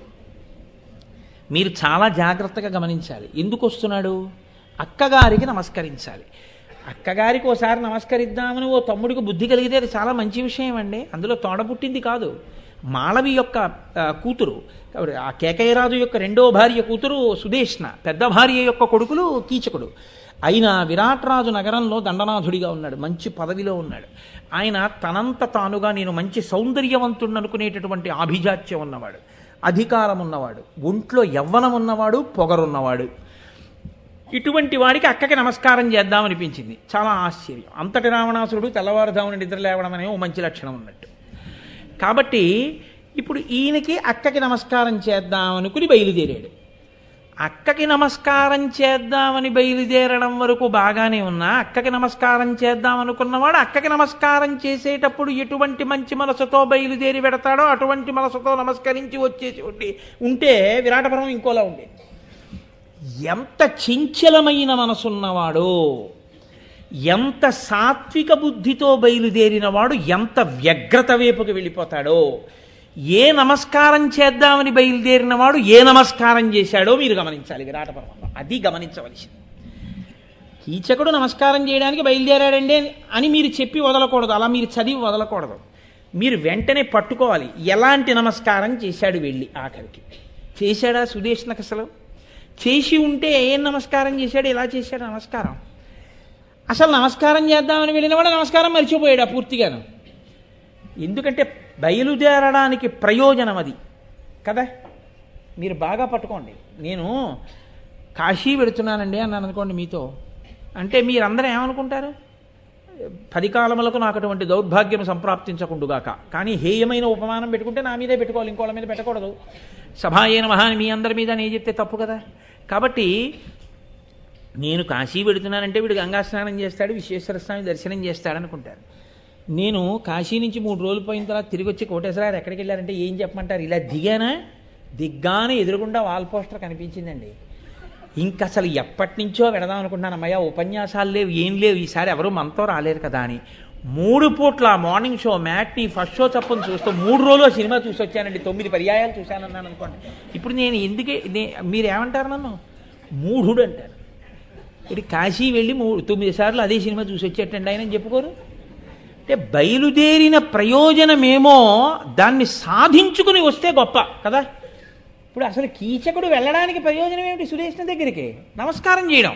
చేశాడా? నేను ఇంత చెప్తున్నానో తెలుసా అండి? బాగా గుర్తుపెట్టుకోండి. మన ఏవ మనుష్యాణం కారణం బంధమోక్షయోహో. మనసే మనిషిని ఉద్ధరించినా అదే, పాతాళంలోకి ఈడ్చేసినా అదే, మనిషి దేవుడైనా అదే, మనిషి సర్వనాశనం అయిపోయినా అదే. కాళ్ళు చేతులతో ఏముందండి? అందరి కాళ్ళు ఒకటే, అందరి చేతులు ఒకటే. ఓడి కాళ్ళు ఎందుకు పట్టుకుంటాం? వాడి మనసు మంచిది కనుక, వాడి మనసు ఎప్పుడూ మంచి వైపుకి నడిపిస్తుంది కనుక. మనోహిహేతు సర్వేషాం ఇంద్రియాణం ప్రవర్తనే శుభాశుభా స్వస్థాసు తచ్చమే సువ్యవస్థితం అంటారు హనుమ. ఆ మనసుని నిగ్రహించగలిగిన వాడెవడో వాడు మహానుభావుడు. సదామోహాటవ్యాం చరతు యువతీనాం కుచగిరౌ నటత్యాశాఖాస్వటి ఝడిత స్వైగమపిత కపాలిన్ బిక్షో మీ హృదయ కపిమత్యంత చపలం అంటారు శంకర భగవత్పాదులు. నా మనసు చంచలమయ్యా అంటారు. తమకొంబప్ప పరంగనాజనుల పరద్రవ్యంబులన్ మృత్యులింగ మహోద్యోగము చేయునె మనము దానింపట్టి వైరాగ్య పాశంబులన్ కట్టి బిగించి నీ చరణస్తంభంబునన్ కట్టివైచి ముదంబెన్నడు కల్గజేయగదబో శ్రీకాళహస్తీశ్వర అంటాడు ధూర్జటి. మనసే కదండి ఎవరికైనా. ఈ మనసు కీచకుడిది ఎలా ఉంటుంది మీరు బాగా గమనించడం ప్రారంభం చేస్తే మీకు ఏది పెద్ద దోషమో, ఏ ప్రయోజనానికి ఈ ఉపాధితో మనం వచ్చి ఏ ప్రయోజనాన్ని దేని చేత భంగం చేసుకుంటున్నామో మీకు అందుతుంది. మనం అందరం రావడం బాగా గుర్తుపెట్టుకోండి. కీచకుడు సుదేష్ణ ఇంట్లోకి వెళ్ళినప్పుడు ఎలా వెడుతున్నాడో మనందరి పుట్టుక అంతే. కీచకుడు అంటే అప్పుడు ఎప్పుడో ఉన్నాడు, ఆయన కథ చెప్పుకుంటున్నామని మీరు అనుకుంటే పొరపాటు. కీచకుడు సుదేష్ణ మందిరానికి బయలుదేరడం, మనుష్యుని యొక్క జీవిత ప్రారంభం రెండూ ఒక్కలాగే ఉంటాయి. ఎందుకో తెలుసా అండి? భాగవతం చతుర్థ స్కందంలో మహానుభావుడు వ్యాస మహర్షి ఒక మాట చెప్తారు. కపిల గీత అని తల్లి కడుపులో తల కిందకి కాళ్ళు పైకి పెట్టి 9 నెలలు దాటిపోతుంటే, శరీరం పెరిగిపోతుంటే, అమ్మ కడుపు పట్టకపోతే, చీకటిగా ఉంటే, తల మలమూత్రములు తాను విసర్జించుకుంటే, అందులోంచి సూక్ష్మక్రిములు పుట్టి మెత్తటి ఒళ్ళు కొరికేస్తుంటే, అమ్మ తినకూడనివి తింటే, నాభిగొట్టంలోంచి ఆహారం విడితే లోపల ఇంకా ఉండలేక అందులో రోగాలు పుట్టి, అందులో వాత ప్రకోపం కలిగితే, కళ్ళు విప్పి చూస్తే గాఢాంధకారంలో ఉండలేక, కాళ్ళు చేతులు కదపలేక, తల కిందకుండిపోతే, కింద నుంచి దుర్గంధం ముక్కుల్లో ప్రవేశిస్తుంటే, ఇక అందులో అస్సలు కూర్చోలేక ఈశ్వరుణ్ణప్పుడు ప్రార్థన చేస్తాడు. నవమాసంబులు తల్లి గర్భమున నానారోతలం చిక్కి నాకు అవకాశం విసుమంతలేక పడితిన్ హా కష్టముల్ భీతితో నవమాసంబు ఘటిల్లే చాలునిక నాకా గర్భవాసంబు నివసింపన్ పనితీర్చి కావుమికనన్ నీ సత్కృపన్ శంకర అని అడుగుతాడు. ఈశ్వర నన్ను బయటికి తోసేయి. ఒక్కసారి తోసేశావా, సప్తధాతువులతో కూడినటువంటి ఈ శరీరాన్ని నీకు నమస్కారం చెయ్యడానికి, అంటే 5 జ్ఞానేంద్రియములను 5 కర్మేంద్రియములను 11వదైనటువంటి మనస్సుని కలిపి నీ సేవ చేసి మళ్లీ పుట్టవలసిన అవసరం లేని పునరావృత్తి రహిత శాశ్వత శివ సాయుధ్య స్థితి కొరకు ఈ చావు ఆఖరి చావుగా శరీరాన్ని వదులుతానని నమస్కారం చేస్తాడు. ఈశ్వరుడు ప్రసూతి వాయువై తోసేశాడు. సుదేష్ణా మందిరానికి కీచకుడు ఎలా వెళ్ళాడో నువ్వు అలాగే బయలుదేరావు. కీచకుడి కథ చెప్పుకు నువ్వు మురిసిపోవడం ఎందుకు?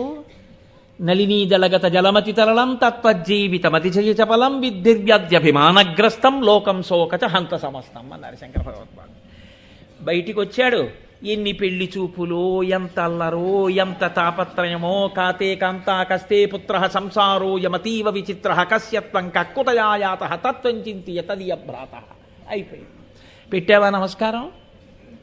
ఒక్కనాడు మనసు కదిలిపోయి, ఏమి ఈశ్వరుడు నేను తిన్నదాన్ని పచనం చేస్తున్నాడు, జీర్ణం చేస్తున్నాడు, రక్తంగా మారుస్తున్నాడు, పిప్పిని కింద కొదులుతున్నాడు, పైనుంచి కింద వరకు రక్తం తిప్పుతున్నాడు, మాట ఇచ్చాడు, బిడ్డల్నిచ్చాడు, ఉద్యోగం ఇచ్చాడు, తేజస్సునిచ్చాడు, ఇన్నిచ్చాడు, చదవగలను, చూడగలను, ఆనందించగలను.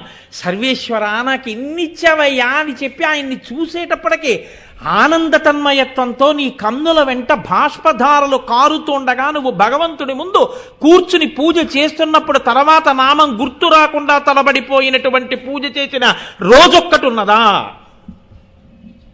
సహస్ర చంద్రదర్శనోత్సవాలు అయిపోతున్నాయి. ఏమి ఉపయోగం? చంద్రశేఖరేంద్ర సరస్వతీ స్వామి మహానుభావుడు, నడిచే దేవుడు. ఆయన దగ్గరికి వెళ్ళి ఎవరో అన్నారు, స్వామి మీకు సహస్ర చంద్ర దర్శనోత్సవం చేసుకునే వయసు వచ్చింది, మీకు ఉత్సవాలు చేస్తామన్నారు. పరమాచార్యుల వారు అన్నారు, వేదం చదువుకున్న పండితులందరినీ తీసుకుని ఫలానా రోజున ఇదిగో వచ్చే వారం సోమవారం నాడు మీ అందరూ రండి, మనందరం కంచి దేవాలయంలో ఏకాంబరేశ్వరుడి దేవాలయంలో కలుద్దాం, అక్కడ మాట్లాడుకుందాం అన్నారు. అమ్మ బాబోయ్, పరమాచార్య స్వామి వారు ఒప్పుకుంటారేమో సహస్రచంద్ర దర్శనోత్సవాలకి అని పొంగిపోయి పండితులందరూ బయలుదేరి వచ్చారు.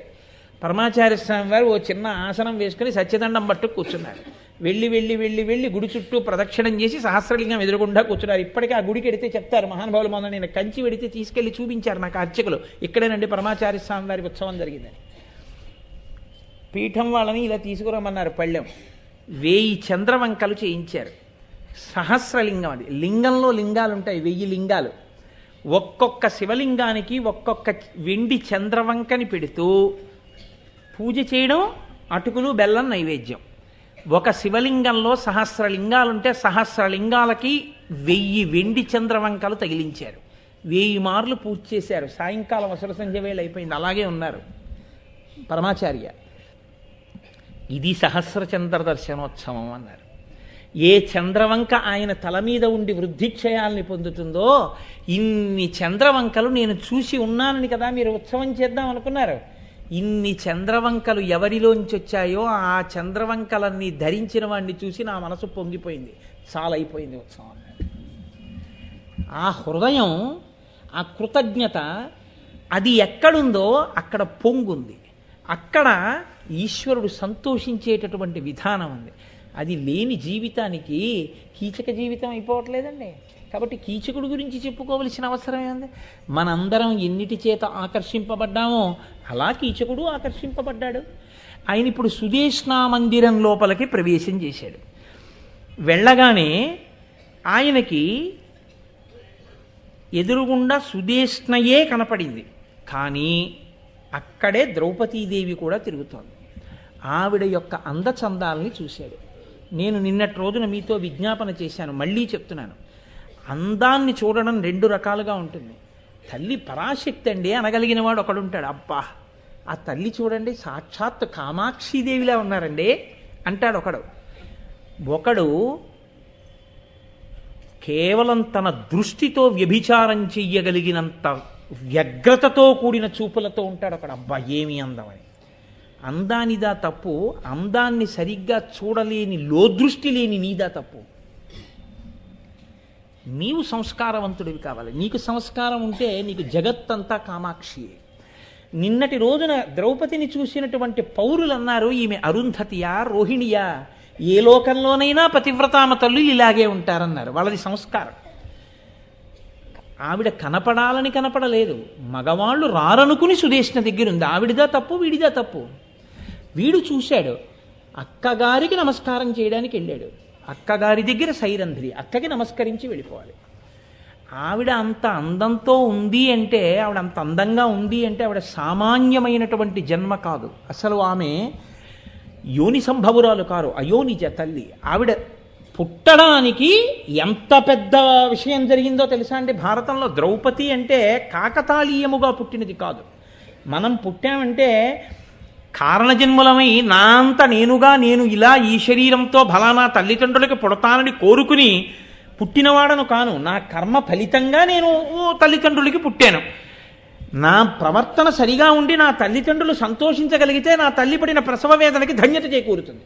లేనినాడు చేతులారంగ శివుని పూజింపడేని, నోరు నొవ్వంగ హరికీర్తి నులువడేని, దయి సత్యంబులోనుగా తలపడేని, కలుగనేటికి తల్లుల కడుపు చేటు అంటారు పోతన గారు. అలా అయిపోతుంది జన్మ. ఆ తల్లి పుట్టిందంటే కేవలం కర్మ వలన పుట్టినటువంటి తల్లి కాదు, ఆవిడ మహాతల్లి, అయోనిజ. ఆవిడ పుట్టడం వెనక ఎంత కథ నడిచిందో తెలుసా అండి? ఒక్క ద్రౌపది పుట్టాలంటే ద్రోణాచార్యుల వారు ద్రుపదుడు కలిసి చదువుకున్నారు. దరిద్రంలో ఉన్నాడు. కృపాచార్యుని యొక్క చెల్లెల్ని పెళ్లి చేసుకున్నాడు, కృపిని. బిడ్డ పుట్టాడు. పాలు ఇవ్వగలిగినటువంటి స్థితి కూడా లేదు, పాలు తెచ్చి ఇవ్వగలిగిన స్థితి కూడా లేదు. స్నేహితుడు రాజు కదా, వెడితే ఆదరించకపోతాడా అని ద్రుపదుడి దగ్గరికి వెళ్ళాడు. ఆ ద్రుపదుడు హీనుడికి మర్యాదస్తుడికి, గొప్ప జ్ఞానికి పామరుడికి, ధనవంతుడికి దరిద్రుడికి, సేవకుడికి మహారాజుకి ఇద్దరి మధ్య స్నేహం కుదురుతుందా? ఎప్పుడో కలిసి చదువుకుంటే మాత్రం నువ్వు నా దగ్గరికి వచ్చి నీ స్నేహితుడిని అంటావా? నీకు సిగ్గి ఇట్లా ఈ మాట చెప్పడానికి పోతలకన్నాడు. మనసు బాధపడింది. కానీ మీరు ఒకటి గుర్తుపట్టాలి, ద్రోణుడు గురువు. గురువు అన్న మాట ఎక్కడుందో అక్కడ క్రోధము ఉండదు, గడ్డి మంటలా ఉంటుంది. గడ్డికి నిప్పు ఉండదు, ఇలా వెలిగి ఇలా ఆరిపోతుంది. కాబట్టి ద్రోణుడి కోపం అంతే. కాబట్టి ఇప్పుడు ద్రోణుడు వెళ్ళి పాండవులకి విద్య నేర్పాడు, కౌరవులకి నేర్పాడు. గురుదక్షిణ కావాలన్నాడు. ఏం కావాలన్నారు? నన్ను అవమానించాడు, ద్రుపదుండి పట్టి తీసుకురండి అన్నాడు. అందరూ వెళ్ళారు, కానీ ద్రుపదుడి బాణాలు ఓడిపోయి పారిపోయి వచ్చారు. ఒక్క భీమార్జునులు మాత్రం వెళ్ళి అర్జునుడు ద్రుపదుని యొక్క రథం మీదకి దూకి కిందకి ఈడ్చి రథచక్రానికి కట్టి తీసుకొచ్చి గురువుగారి ముందు నించోబెట్టాడు. గురువుగారు మీ కోరిక తీర్చాడు, ఇదిగో బంధీకృతుణ్ణి చేసి తీసుకొచ్చానన్నాడు. ద్రోణుడి కోపం ఎంతసేపు అండి? ఆయన అన్నాడు, ఏమిరా నన్ను అంత అవమానించావు, ఇప్పుడు నీ బ్రతుకు నా చేతిలో ఉంది, కావాలంటే కంఠం ఉత్తరించగలను నా శిష్యుడికి చెప్పి, పో రాజ్యం ఏలుకో. అంతే, వెళ్ళిపోయాడు ద్రోణుడు. పగ ద్రుపదుడికి పోలేదు. ద్రుపదుడు దీనికోసం కొన్ని సంవత్సరాలు బ్రాహ్మణ సేవ చేశాడు. ద్రోణుణ్ణి చంపే కొడుకు పుట్టించగలిగిన, యజ్ఞం చేయించగలిగిన సమర్థత ఉన్నవాడు ఎక్కడ దొరుకుతాడు? పట్టుకున్నాడు, ఆఖరికి చేయించాడు యజ్ఞం. చేయిస్తే అందులో మళ్ళీ రెండు కారణాలు. అర్జునుడు మంచి యవ్వనంలో ఉన్నవాడు, చిన్నవాడు, తనని ఓడించాడు, ద్రోణాచార్యుడి దగ్గరికి తీసుకెళ్ళాడు. అర్జునుడిని చంపకూడదు, అల్లుణ్ణి చేసుకోవాలి. ఇప్పుడు బంధుత్వం వస్తుంది చక్కగా. అర్జునుడు తనవాడైపోతాడు, ద్రోణుణ్ణి చంపేయాలి. చంపేయడానికి తనకు కొడుకు కావాలి. ఏకకాలమునందు వ్యగ్రతతో కూడిన బుద్ధి కలిగిన వాడై యాజ్ఞీకం చేసినటువంటి ఋత్విక్కులు చెప్పారు, అటువంటి మనసుతో చేస్తున్నావు జాగ్రత్త అని చెప్పారు. యజ్ఞం చేశాడు. నల్ల కలువ ఎలా ఉంటుందో అటువంటి శరీరకాంతితో, నల్ల కలువల వాసన ఎలా ఉంటుందో అటువంటి వాసనతో, వంకరలు తిరిగినటువంటి ముంగురులతో, అపారమైన దేహకాంతితో, యవ్వనంలో ఉన్నటువంటి స్త్రీగా యజ్ఞగుండంలోంచి యాజ్ఞసేని అయి తల్లి ఆవిర్భవించింది ద్రౌపదీదేవి, కారణజన్మురాలై. అర్జునుడిని భర్తగా పొంది ద్రుపద మహారాజుకి అర్జునుడిని అల్లుణ్ణి చేయడానికి పుట్టింది ఆవిడ. అంత కారణజన్మరాలు. దృష్టజుమ్నుడు కూడా అలాగే రథంతో, విల్లుతో, బాణాలతో, కిరీటంతో యజ్ఞగుండంలోంచి ఆవిర్భవించాడు. ఆవిర్భవించిన వాడు ద్రోణుణ్ణి సంహరించడానికే వచ్చాడు. అందుకే మహాభారత యుద్ధంలో చాలా గమ్మత్తు ఎక్కడంటే, పుట్టినవాడు ద్రుపదుడికి తనని చంపడానికే పుట్టాడన్న విషయం ద్రోణుడికి స్పష్టంగా తెలుసు. అందుకే యజ్ఞం చేసి కొడుకుని కన్నాడని. ఆ కొడుకుకి అస్త్ర విద్య రావాలి, ద్రోణుణ్ణి చంపాలి అంటే ఎవరి దగ్గర చదివించాలి అని ఆలోచించాడు ద్రుపదుడు. సరి అయిన గురువు ద్రోణుడే. అందుకని ద్రోణుడి దగ్గరికి వెళ్ళి నేర్చుకో అన్నాడు. దృష్టజ్యుమ్నుడు వచ్చి ద్రోణాచార్యుల వారి కాళ్ళు పట్టుకుని, మీరు నాకు అస్త్ర విద్య నేర్పాలన్నాడు. ద్రోణుడికి తెలుసు తనని చంపడానికే పుట్టాడని. మంచి శిష్య లక్షణాలు ఉన్నాయి. తాను చనిపోవడం అనేటటువంటిది శరీరానికి ఎప్పుడూ ఉంటుంది. మంచి శిష్యుడిగా వచ్చి నిలబడ్డాడు కాబట్టి నేర్పేస్తానని సమస్త అస్త్ర విద్యలు నేర్పాడు. ఇది ద్రోణాచార్యులంటే. మహాభారతం ధర్మానికి ఆలవాలం. అంతటి మహానుభావుడు ద్రోణుడు. ఇంత నేర్పితే 18 రోజుల పాటు సర్వసైన్యాధిపత్యం దృష్టజ్యుమ్నుడే వహించాడు. పాండవుల వైపు, కౌరవుల వైపు సర్వసైన్యాధిపతులు మారారు. దృష్టజ్యుమ్నుడు ద్రోణాచార్యుల వారి మీదకి బాణం వేసి చంపలేదు. కేవలం ధర్మరాజు గారు చెప్పిన మాటకి ద్రోణాచార్యుల వారు అస్త్ర సన్యాసం చేసి యోగ విద్యతో తనలోని తేజస్సుని ఈశ్వరుల్లో కలిపేశాడు. భగవాన్ రమణలోని తేజస్సు వెళ్ళిపోయినట్టు వెళ్ళిపోయింది. మిగిలిపోయింది, ఆయన శరీరం మిగిలిపోయింది. కానీ ద్రోణాచార్యునిలోంచి బయటికి వెళ్ళిపోయిన తేజస్సుని చూసిన వాళ్ళు నలుగురే భారత కాలంలో. యుద్ధభూమిలో ఒక్క కృష్ణుడు చూశాడు, అర్జునుడు చూశాడు, ధర్మరాజు చూశాడు, సంజయుడు చూశాడు. అటువంటి స్థితిని చూడ్డానికి కూడా తగిన స్థితి ఉండాలి. నారుద్రో రుద్రమచ్చయేత్ అన్నట్టు. కాబట్టి ఇప్పుడు ద్రోణుడు అంత గొప్ప స్థితిలో నిర్గమించాడని తెలుసుకోలేకపోయాడు దృష్టజ్యుమ్నుడు. ఆయన ఎప్పుడైతే శరీరాన్ని తన తేజస్సుని పైకి పంపేసి అలా ఉండిపోయాడో, ద్రోణుణ్ణి చంపేయాలన్న సంతోషంతో గభాలను ఆయన రథం మీదకి దూకి జుట్టు పట్టుకుని ఆయన కంఠం కోసేశాడు. అర్జునుడు బాధపడ్డాడు. గురువుగారు మహానుభావుడు, తన తేజస్సుని పరమేశ్వరుల్లో కలిపేసినవాడు, ఆయన కంఠం ఎందుకు కోశావని అడిగాడు. నేను అందుకే పుట్టానన్నాడు. ద్రౌపదీదేవి అంతటి కారణజన్మురాలు కాబట్టి ఆమె ఎందు తేజస్సు ఉంటుంది. ఎవరు ఏమిటో ఎటువంటి వారో తెలియకుండా ఎప్పుడు పడితే అప్పుడు ఎవరిని పడితే వారి పట్ల ఆకర్షితులైపోయి నీ మనసు కదిలిపోయిందని నువ్వు వెంట పడిపోవడమే, సర్వనాశనం అయిపోతాడు. అది తెలుసుకోలేకపోయాడు. ఇది సుదేష్ణ మాట్లాడుతుందంటే అసలు నిజంగా మహాభారతంలో అద్భుత ప్రసంగం సుదేష్ణది. సువర్ణాక్షరాలతో రాసుకుని ఇంట్లో పెట్టుకోవాలి. మనిషి పాడైపోకుండా ఉండాలంటే ఏమి పాటించాలో సుదేష్ణ మెరుపులు కొన్ని మాటలు మాట్లాడుతుంది. కాబట్టి ఇప్పుడు సుదేష్ణ మందిరంలోకి ప్రవేశించాడు. అనునెడవాని యుగ్ర సముదకృతియున్ పటు లోపలికి ప్రవేశించి అక్కజమైన చల్వమున ఆత్మకు వ్రేగయి పల్చు పాలిపై నిక్కును చూట్కి గ్రమ్మరుపనేరక యూరక నిల్చే కాముచే చిక్కిన నెమ్మనంబుకడు జెట్పడు మానము చేష్టితంబులం తక్కిన యంగముం తలకు ధైర్యమునై అతడప్పుడయ్యడం. వస్తూనే సుదేష్ణ దగ్గరికి వస్తూ అక్కడే తిరుగుతున్నటువంటి సైరంధ్రీ వేషంలో ఉన్న ద్రౌపదీదేవిని చూశాడు. అంతే. ఏ స్థితిని పొందాడో తెలుసా అంటే మానసిక దౌర్బల్యమునకు ప్రతీక. సుదేష్ణ మందిరానికి వచ్చాననుకున్నాడు, అక్క దగ్గరికి వెడుతున్నాను అనుకున్నాడు. అప్పటి వరకు బాగానే ఉన్నాడు. ఇలా వెడుతూ అక్కగారి వంక చూడబోయి ఇలా మందిరంలోకి చూస్తూ ద్రౌపదీదేవి కనపడింది. అంతే. అక్కజమైన చల్వముననాత్మకు వ్రేగయి పొల్చు పొల్తిపై నెక్కును చూట్కి గ్రమ్మరుపనేరక. ఇలా చూసినవాడు బాగుండదు, అలాగే చూస్తూ ఉండిపోతే అసహ్యంగా ఉంటుంది. అందరూ నన్ను చూస్తారు, అదేంటి అలా నిలబడిపోయి అలా చూస్తున్నాడేంటి ఆవిడ్ని అందరూ అన్న లజ్జ మరిచిపోయి అంతే అలాగే చూస్తున్నాడు. టేబుల్ ఫ్యాన్ ఆసిలేషన్ అంటారు, ఇలా తిరుగుతుంది. అలా ఆవిడ అలా నిలబడిపోదుగా. ఆవిడేదో గంధం పాత్ర పట్టుకుని అట్టెడుతోంది, ఆవిడేదో కస్తూరి పాత్ర పట్టుకుని అట్టెడుతోంది. అంతే.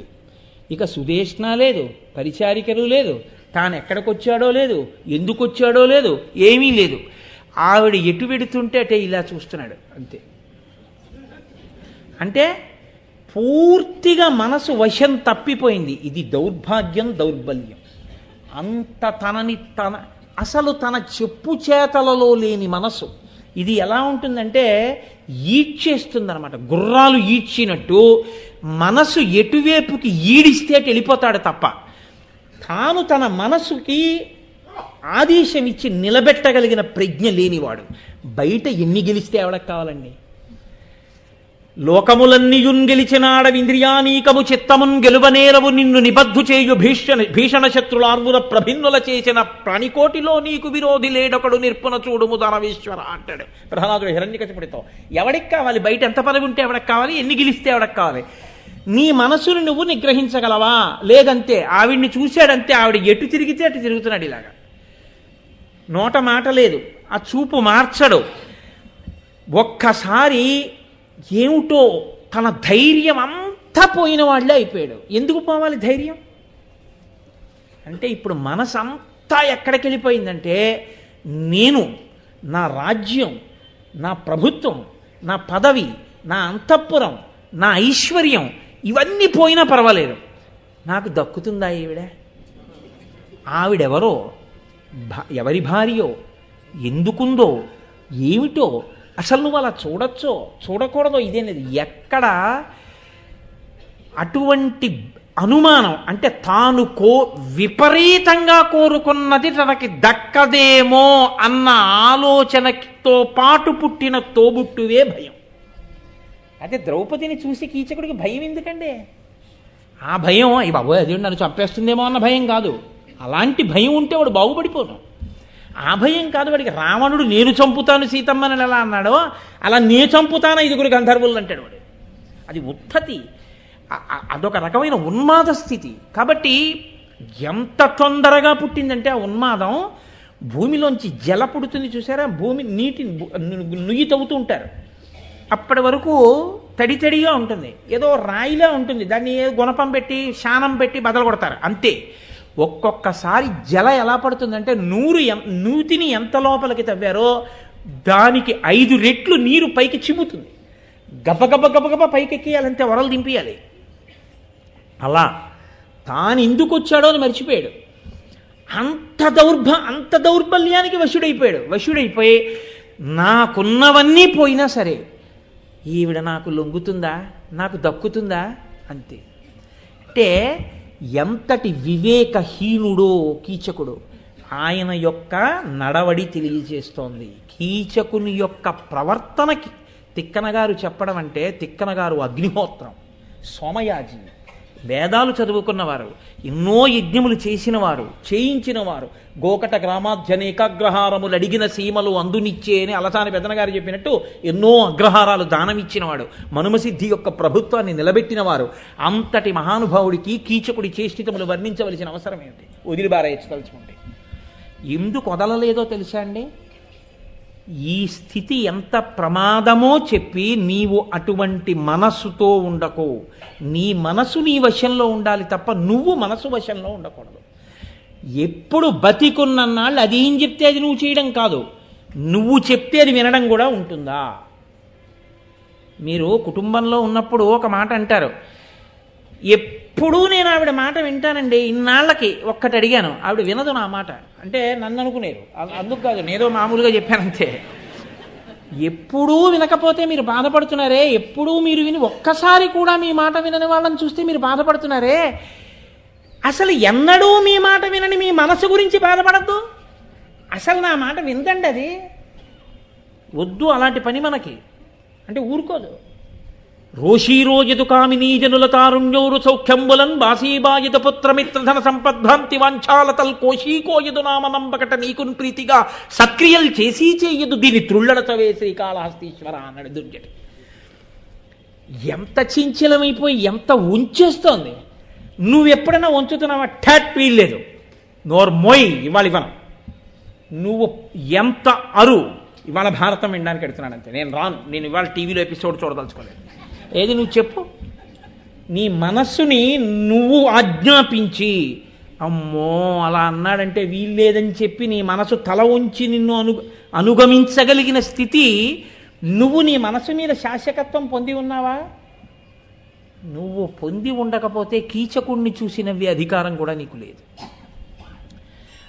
అంతటి దౌర్బల్యం కీచకుడిది. అంటే వివేకహీనుడు అని తాను చెప్పకుండా ఆయన ఎంత తొందరగా పాడైపోతాడో చెప్పడం. అంటే ఇది ఎలా ఉంటుందంటే, మీరు దూదితో ఒక పెద్ద భవనాన్ని కట్టారనుకోండి, అది ఎంత పెద్ద భవనమైనా కావచ్చు, ఏది మీరు ప్రశాంతంగా లోపల పడుకోండి చూస్తానా, నిప్పు రవ్వ పడితే చాలది అంటుకుంటుంది. కీచకుడి లాంటి మనోదౌర్బల్యం ఉన్నటువంటి వాళ్ళు ఎంతంత పెద్ద పెద్ద స్థితులకు వెళ్ళనివ్వండి, ఏదో ఒకనాడు ఏదో ఒక చిన్న లోభానికి మోహానికి ఎంత పాతాళం ఉంటుందో అంతకీ దిగిపోయి పడిపోయి కనిపిస్తారు మీకు. మళ్ళీ లేరా మీరు చూడటం లేదా? తెల్లవారు లేస్తే ఏదో ఒక కారణం, అది అన్ని వేళలా స్త్రీ సంబంధమైన కామమే అయి ఉండక్కర్లేదు. కామం అంటే కేవలము స్త్రీ సంబంధమే కాదు, కోరికే. అలివిలేని కోర్కెలతో, అర్థం లేని కోర్కెలతో ఆకాశం అంత తిరిగిన వారు పాతాళం వరకు పడిపోయిన వాళ్ళని మీరు చూడటం లేదా? కారణం తన మనసు. ఇన్ని కోట్ల మందికి లేని అదృష్టం నాకు పట్టింది, ఇంతంత ఐశ్వర్యంతో ఉన్నానన్న తృప్తితో ఉంటే అటువంటి దుస్థితి వచ్చి ఉండేదా కొంతమందికి? అంటే మనస్సుని నిగ్రహించలేకపోవడం, తన మనసుని తన చెప్పు చేతలలో పెట్టుకోకపోవడం, అసలు అందరి మీద ఆధిపత్యం కదరా, నా మనసు మీద నాకు ఆధిపత్యం ఉన్నదా అని చూడలేకపోవడం. నువ్వు పెట్టుకున్న అలారం కొడితే నువ్వే చేత్తో నొక్కి పడుకుంటావు తప్ప అలారం నీ పెట్టుకున్నదే నీ మనసు పడుకోమంటే థట్ వీల్లేదని లేవగలిగిన స్థితి నీకు లేదు. నువ్వు కీచకుణ్ణి చూసి నవ్వడమా? నువ్వంటే మీరు కాదు, నన్ను గురించి నేను చెప్పేది. ఇది మానసిక దౌర్బల్యం. మానసిక దౌర్బల్యం ఎంత ప్రమాదకరమో చెప్తున్నారు తిక్కన గారు. మీరు ఆ కోణంలో అవతరించండి. అవతరించినప్పుడు ప్రయోజనకరం అవుతుంది. లేనినాడు ఒక కథ కింద మిగిలిపోతుంది, అది మనకి ప్రయోజనం కాదు. కాబట్టి ఇక్కడతో ఊరుకుందా? ఉత్తర క్షణంలో ఆయన ఎవ్వరితో మాట్లాడింది లేదు, సుదేష్ణతో మాట్లాడలేదు, అక్కడ ఉన్న చెలికెత్తెలతో మాట్లాడలేదు, ఎవ్వరితో మాట్లాడలేదు. ఆయనకు వచ్చిన ఆలోచనలు ఏమిటో తెలుసా అండి? నేనెవరు, నేనెంతటి వాణ్ణి, నేను ఎటువంటి యుద్ధాలు చేశాను, రాజుగారి బావమరిదిని, ఈ రాణిగారి యొక్క తమ్ముణ్ణి, ఇక్కడికొచ్చి నేను ఇలా ప్రవర్తిస్తే అక్కకెంత తలవంపులు, నేను ఇలా ఆలోచించచ్చా అన్న ఆలోచన రావాలి. తప్పు దిద్దుకోవాలనుకుంటే అవి రాలేదు. ఏ ఆలోచనలు వచ్చాయో తెలుసా అండి?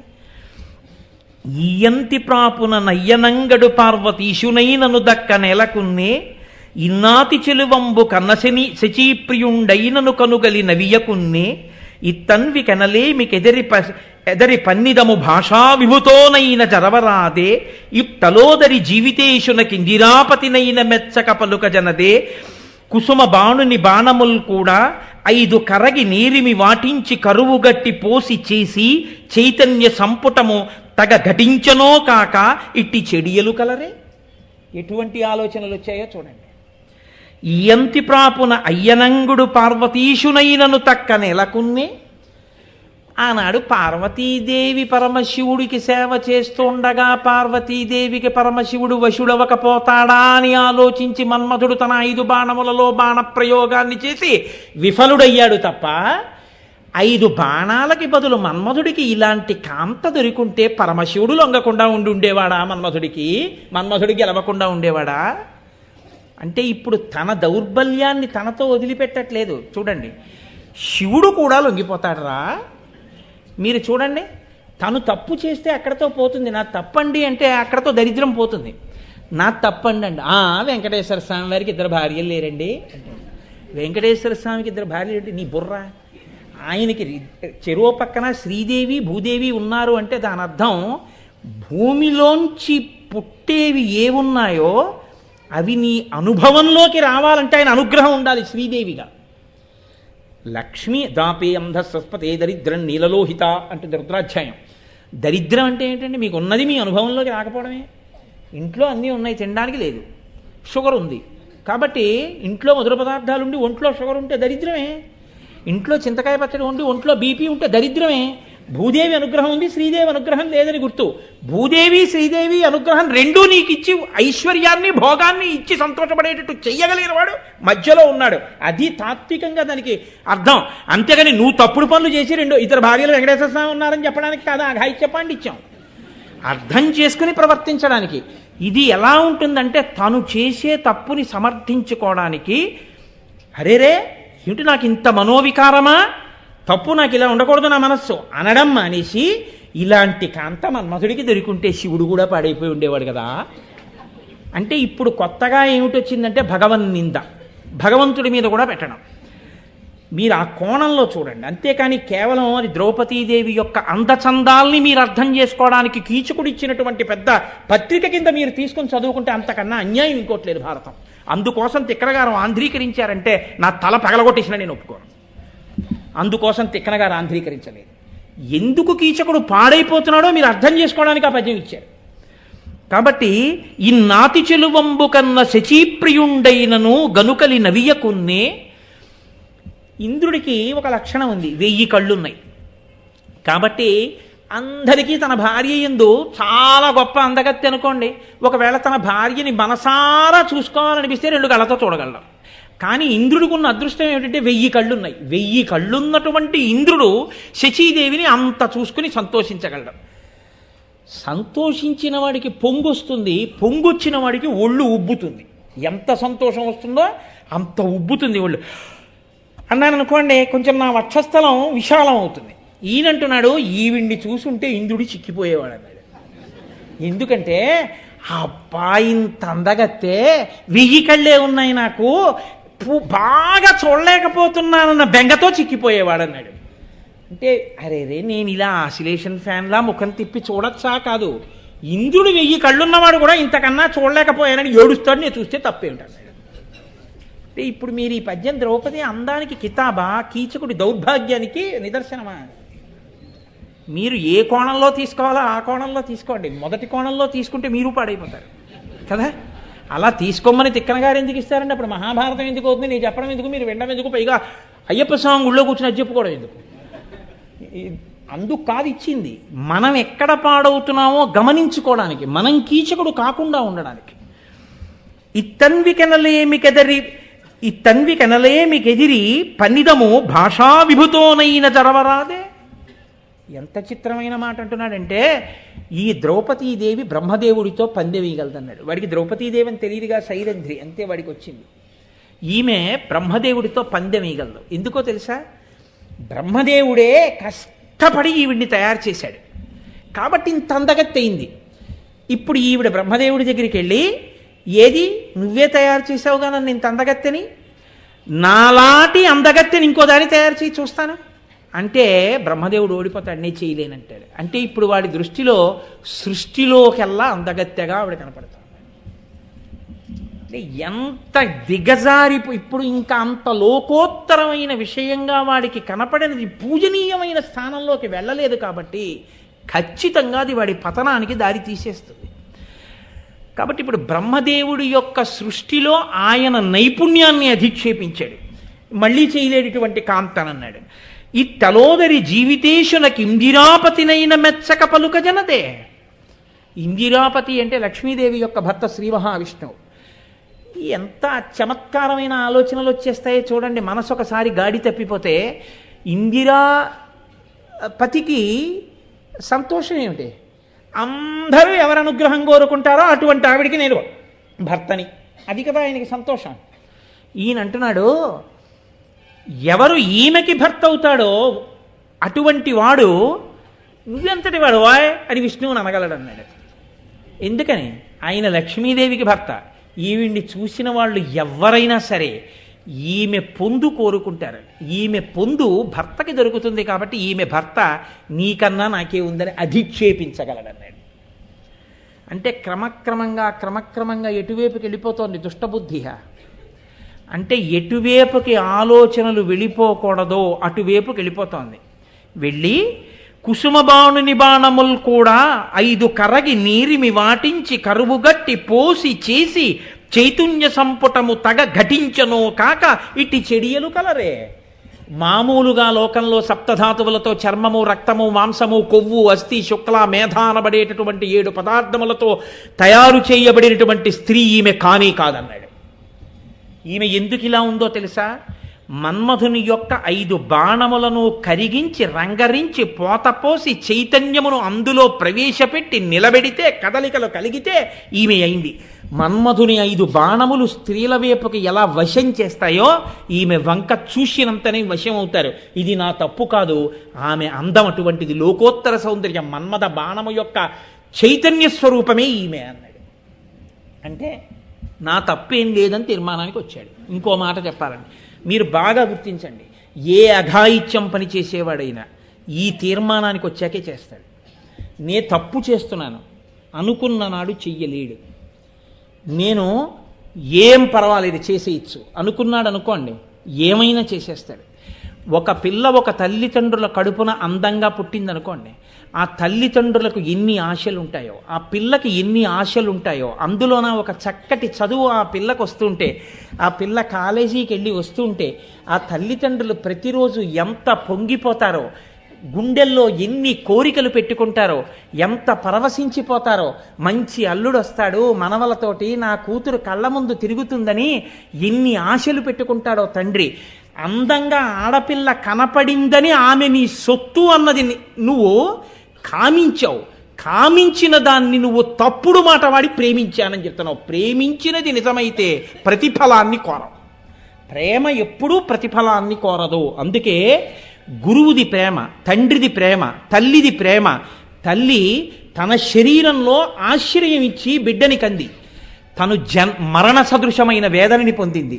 తన స్తన్యములో రక్తాన్ని పాలగా మార్చి పట్టింది. నువ్వు ఏడిస్తే వచ్చి అన్నం పెట్టింది. నీ మలమూత్రాలు ఎత్తింది. కానీ నువ్వు అన్నం పెట్టకపోయినా నువ్వు 100 ఏళ్ళు బతకాలంటుంది తప్ప నాకు అన్నం పెట్టలేదు, ఈ దుష్టుడు రేపు మరణించుగాక అని ఏ తల్లి అందం. తల్లిది ప్రేమ. ఎందుకంటే ఆవిడ నీ నుంచి ఎన్నడూ ఏదీ కొనదు. తండ్రిది ప్రేమ. తను వాలంటరీ రిటైర్మెంట్ పుచ్చుకుని ఆ డబ్బుతో నిన్ను అమెరికా పంపించి చదివించాలని కోరుకుంటాడు. తాను పెంకుటింట్లో ఉండిపోతాడు. తండ్రిది ప్రేమ. గురువు తాను కష్టపడి సముద్రంలో ఉప్పు నీటిని తాగి తీయటి నీటిగా మార్చి ఆధారం లేని ఆకాశ మార్గంలో వచ్చి ఆర్తితో ఉన్న జనులకు వర్షించడమే ప్రయోజనంగా వర్షించి ఇచ్చేశానని తేలికపడి కృతజ్ఞత కోరకుండా వెళ్ళిపోయిన మేఘంలా తాను కష్టపడి రంగరించి నేర్చుకుని ఎంతో కష్టపడి తాను ఉపాసన చేసినటువంటి మంత్రాన్ని నిర్హేతుక కృపతో తన యొక్క అనుగ్రహాన్ని శిష్యుడికి హస్తమస్తక సంయోగంలో ప్రవేశపెట్టి మంత్రోపదేశం చేసి శిష్యుని యొక్క బుద్ధి వైభవానికి హేతు అవుతున్నాడు. ఆ శిష్యుడు వృద్ధిలోకి వస్తే చాలని చెప్పి పక్కకి వెళ్ళిపోయాడు తప్ప నా శిష్యుడి వల్ల నాకు ఇది కావాలని గురువు కోరుకోలేదు. అవి ప్రేమ. నువ్వు కోరుకుని నాకు దక్కకపోతే ఇంకొకడికి దక్కకూడదన్నది కామం. నువ్వు కామమని చెప్పకుండా ప్రేమని చెప్తున్నావు. మాట మార్చి ఏమారుస్తున్నావు. అదే రాక్షస బుద్ధి. ఈ రాక్షస బుద్ధి యొక్క వ్యగ్రత చిట్ట చివరి ఎక్కడికెడుతుందంటే నేను తప్పు చెయ్యట్లేదంటుంది. నేనింత ప్రేమించాను తప్పు మాట, నేనింత కామించానంటే నువ్వు సాహసించవు.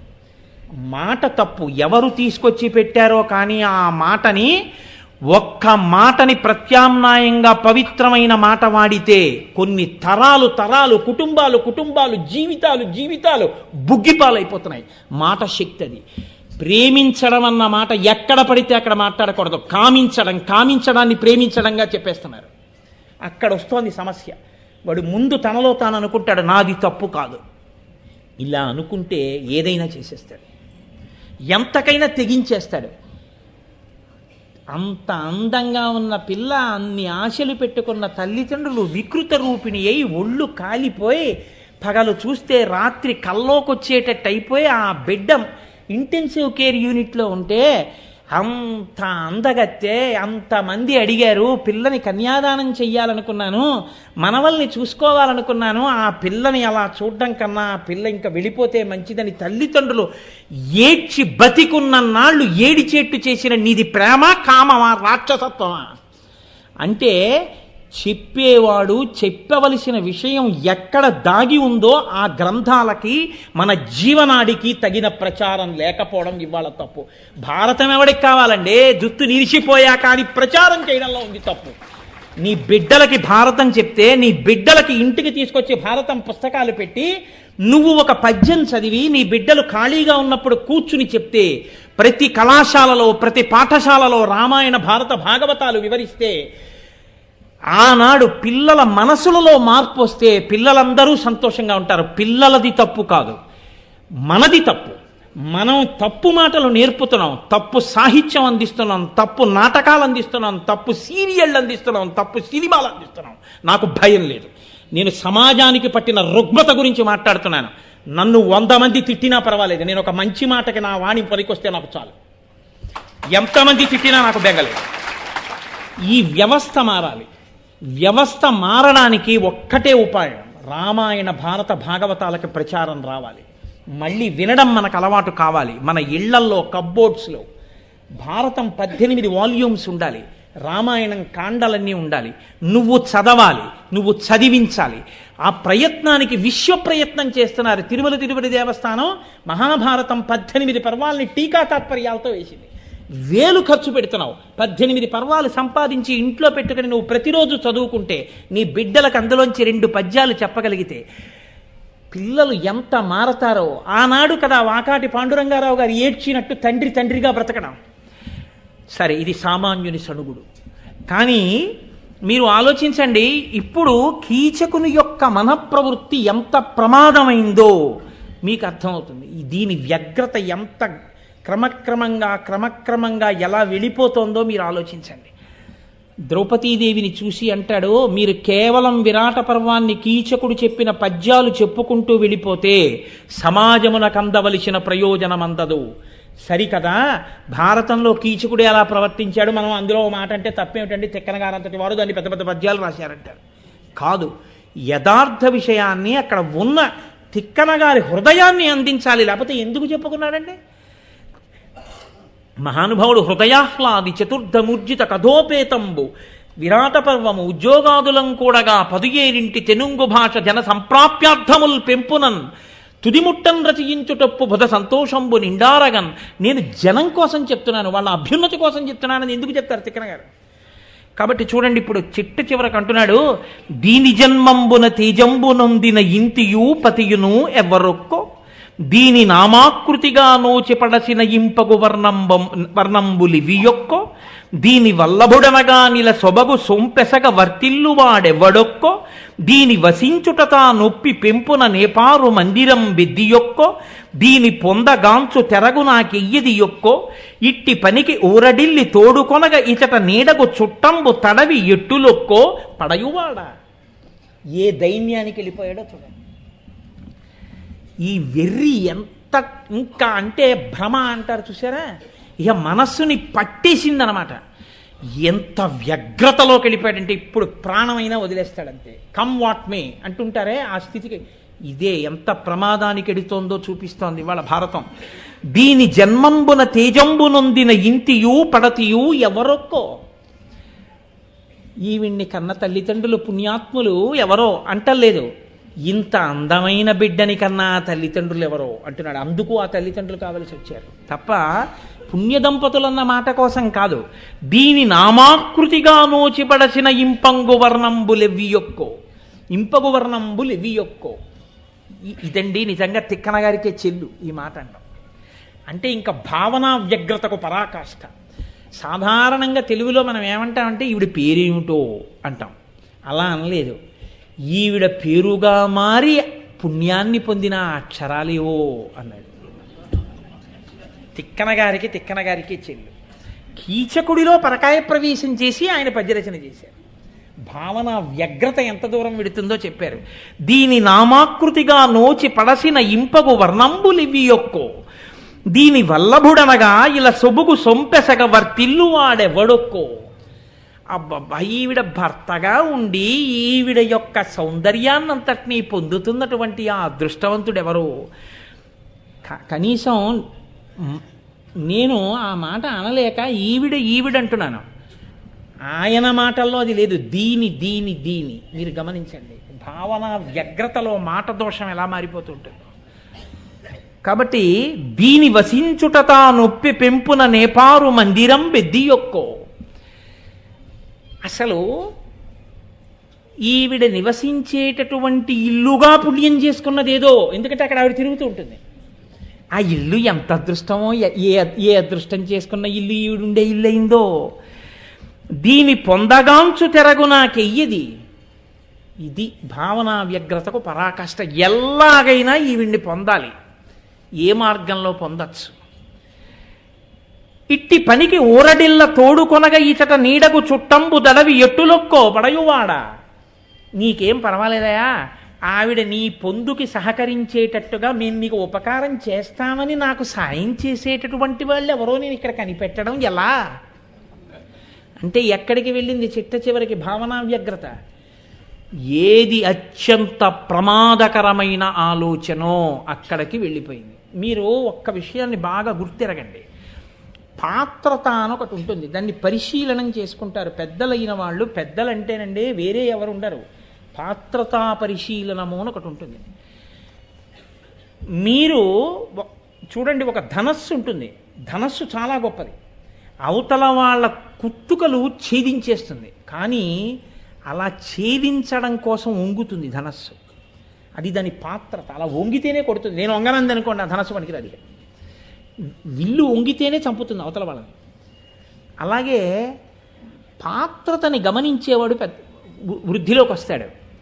ఒక విషయాన్ని మీరు చూశారనుకోండి, వెంటనే వెర్రియాశలు పెంచుకోకూడదు. నేను అది అయిపోతానండి, నేను ఇది అయిపోతానండి. నీ స్థాయి చూసుకుని దానికి తగినటువంటి దాంట్లో నువ్వు తృప్తిగా జీవనం చేసుకోవాలి. ఈశ్వరుడు నాకు ఇది ఇచ్చాడు అని.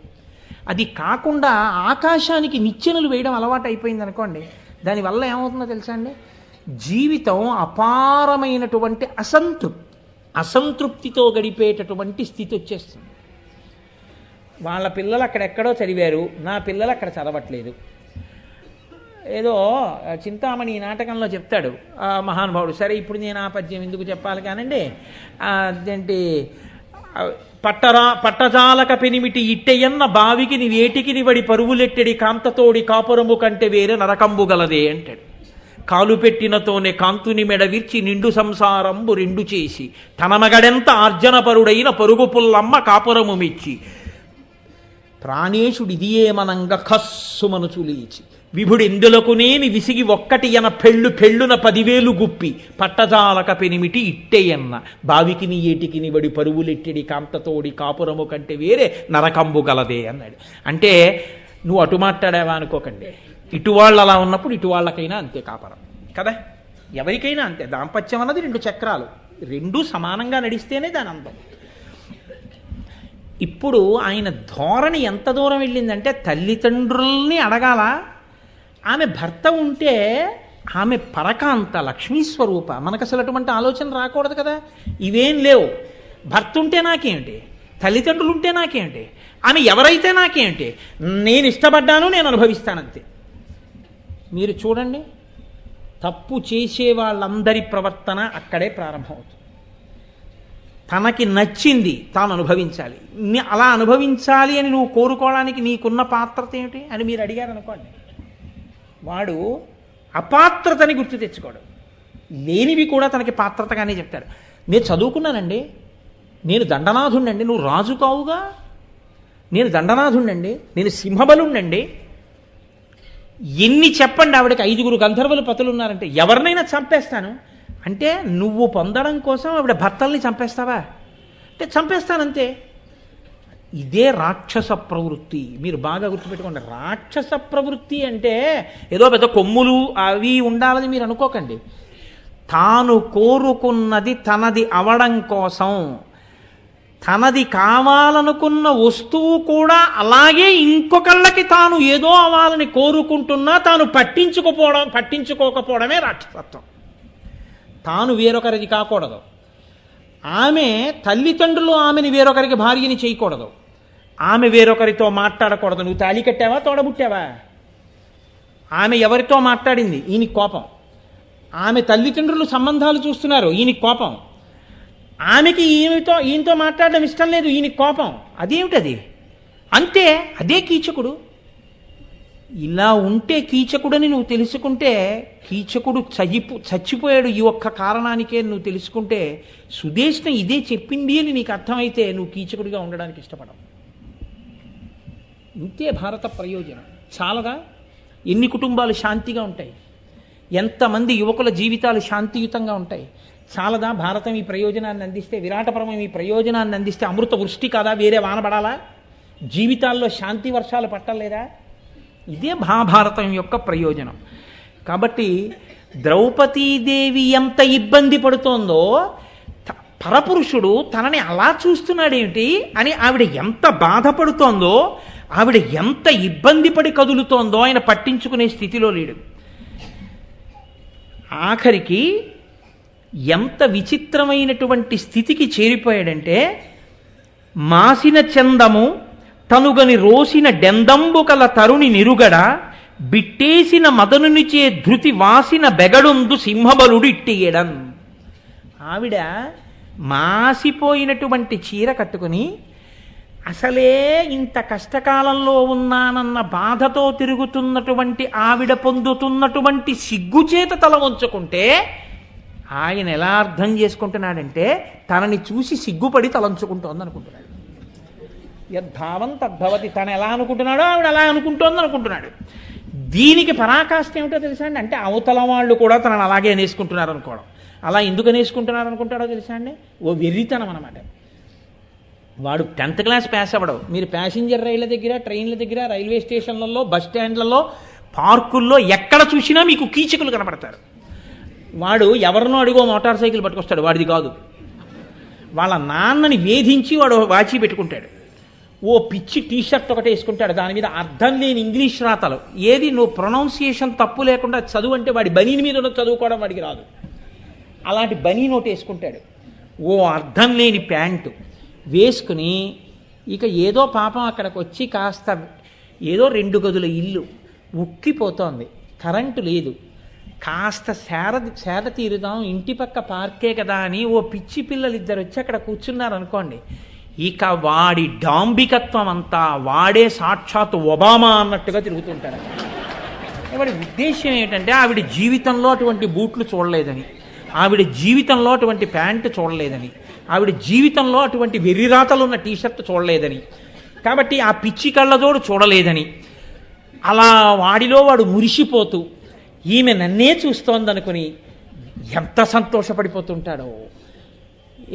నేను అంటాను, మీరు అనరు, అంతే తేడా. కాబట్టి కీచకుడు అంటే అంతేనండి. కాబట్టి ఇప్పుడు అందుకే మహాభారతంలో పాత్రలు సజీవంగా లోకంలో మిగిలిపోయాయి. వాడు ఏమిటంటే కీచకుడు చూపులు ఏమిటండి వాడివే అంటారు. కీచకుడు చచ్చిపోయాడని మీరు అనుకోకండి, కీచకుడు మనఃప్రవృత్తిగా బతికే ఉన్నాడు. అందుకే కాబట్టి ఇప్పుడు వెరవకనను చూచెవీడని ఎదగలుషించిన ఒండొండ చెమటవడమ అనుచిత కృత్యంబులాచరించు విధత్రు బలిమికి నివ్వెర పాటుదోప ఇచ్చట దిక్కులేరెవ్వరు నాకను భయమునమేన కంపంబు పుట్ట చేయంగనేవి ఉపాయంబులేమి నా ననమున ఎల్లదనంబు గదుర ఉన్న పాంచాలి కనుకొని ఉన్న ఆ నరాధముడు వివేక విహీనుడై ముదితుడగుచు మదన వికృతయు కాదన మదితలంచి రాగసాగర పూర నిర్మగ్నుడయ్యే. ఆవిడ విరువకనను చూచెవీడని ఎద కలుషించిన ఒండుంట చెమటబడమా. అయ్యో భర్తలు పక్కన లేరు, ఎక్కడెక్కడో ఉన్నారు, వీడేమిటి నన్ను ఇలా చూస్తున్నాడు, పూర్వం నేను ఇలా పరపురుషుల చేత చూడబడిన దాన్ని కాను, ఇప్పుడు నాకు రక్షకులెవ్వరన్న భయం చేత ఆవిడ ఒంటికి అరికాళ్ళకి చేతులకి చెమట పట్టి కొద్దిగా కంపనం వచ్చి వణుకుతుంటే నన్ను చూసిన కామవ్యామోహంతో ఆమెలో వణుకొచ్చిందనుకున్నాడు. అనుచిత కృత్యంబులు ఆచరించు విధాతృ బలిమికి నివ్వెర పాటుదోప. ఆ బ్రహ్మదేవుడు కష్టాల కోసమే నన్ను పుట్టించాడా ఏమి? అన్నవరసవాడు సైంధవుడు అరణ్యంలో కూర్చుంటే నన్ను ఎత్తుకుపోయాడు, ఇక్కడికి వచ్చి అజ్ఞాతవాసం చేద్దామని సైరంధ్రిగా కూర్చుంటే ఆఖరికి ఈ కీచకుడు వచ్చి చూస్తున్నాడు. ఏమి ఈ బ్రహ్మగారు నన్ను ఇలా చేశారని నివ్వెరపాటు పొందితే అబ్బా నా రూపాన్ని చూసి ఆశ్చర్యపోతోంది అనుకున్నాడు. ఇచ్చట ఎవ్వరు నాకను భయమునమేన కంపంబు పుట్ట. నాకు ఇక్కడ దిక్కెవ్వరూ లేరని ఆవిడ భయపడి వణుకుతుంటే నన్ను చూసిన కామోద్రేకంలో వణుకుతోందనుకున్నాడు. చేయంగ ఏ ఉపాయంబులేని నాననమున వెల్లదనంబు గదురా. ఏ ఉపాయంతో బయటపడతానని ఆవిడ ముఖం వెలవెలబోతుంటే ఇంత అందగాడు, ఇంతటి అధికారం ఉన్నవాడు నా వంక చూస్తున్నాడు, అబ్బాయి ఈయన నా పొందు కోరితే బావుండని ఆవిడ మొహం వెలవెలబోతోందని తాను అనుకుంటున్నాడు. ఉన్న పాంచాలి కనుగొని అన్నరాధముడు వివేక విహీనుడై ముదితుడగుచు. తిక్కరగారి తీర్పు ఇక్కడ చెప్పారు, అదేం చాలా గొప్ప విషయం ఏం చెప్పలేదు. వివేక విహీనుడై నరాధముడు అని చెప్పారు. వివేకం లేని పశువు ఆవిడ భావాన్ని ఇంకొకలా అర్థం చేసుకుంటున్నాడు. అర్థం చేసుకుని ఆవిడ దగ్గరగా తిరుగుతుంటే ఆవిడ భయపడి ఇంకా ఇక్కడ ఉండకూడదని ఇంకొక పని పెట్టుకుని అక్కడి నుంచి దూరంగా జరిగి వెళ్ళిపోయింది, కన్నులకి కనపడకుండా. ఇప్పుడు ఆయన ఏం చేశాడో తెలుసా అండి? ఈ సందర్భం చెప్పి పూర్తి చేస్తా. ఈ సందర్భాన్ని ఇక్కడ ఆపేస్తే రేపటికి సరిగ్గా అది కలవదు. తిన్నగా వెళ్ళి సుధేష్ణ దగ్గరికి వెళ్ళి ఆవిడతో ఈమె ఎవరు, ఏ కులం, ఎక్కడిది, ఏ ఊరు నుంచి వచ్చింది, ఇంత అందగత్తె నీ కొలువులో ఉన్నట్టు నాకు తెలియదు అని అడుగుతుంటే ఆవిడంది తప్పు, ఆవిడ జోలు నీకెందుకు, నీ చెప్పింది విను, నువ్వెందుకు వచ్చావు అంటుంటే అసలు సుధేష్ణ మాటలు పట్టని వాడిలా నీ అంతఃపురంలోనే ఉంది, ఇప్పటిదాకా తిరిగింది, ఎక్కడికి వెళ్ళిపోయింది, ఆవిడ కనపడకపోతే నేను మదన బాణాలకి చచ్చిపోతాను, నిజం చెప్పని నమస్కారం చేశాడు. ఏ నమస్కారానికి బయలుదేరాడు? అక్కగారని. ఇప్పుడు ఏ నమస్కారం చేశాడో తెలుసా అండి? వెళ్ళి ఈ ఎరవిందగంధి కులమేమి, చరిత్రము చందమెట్లు, పేరెయ్యది నాథుడెవ్వడు, ఇది ఎచ్చట ఎప్పుడు ఉండు, ఇప్పుడు తానియ్యడ కేగుదేవలయుటే పని చేయగపూని, దీనిపై నెయ్యము కల్పి ఏ కొలది నీమదికింతయు నాకు చెప్పుమా అని అక్కగారు కూర్చున్న దగ్గరికి వెళ్ళి ఒక్కసారి ఆవిడ పాదాలు పెట్టుకుని కూర్చున్నటువంటి పీఠం దగ్గర సాష్టాంగ నమస్కారం చేసి, నీ దగ్గర ఉన్నటువంటి ఈ కాంత ఇప్పటి వరకు తిరిగిందెవరు, కనపడకుండా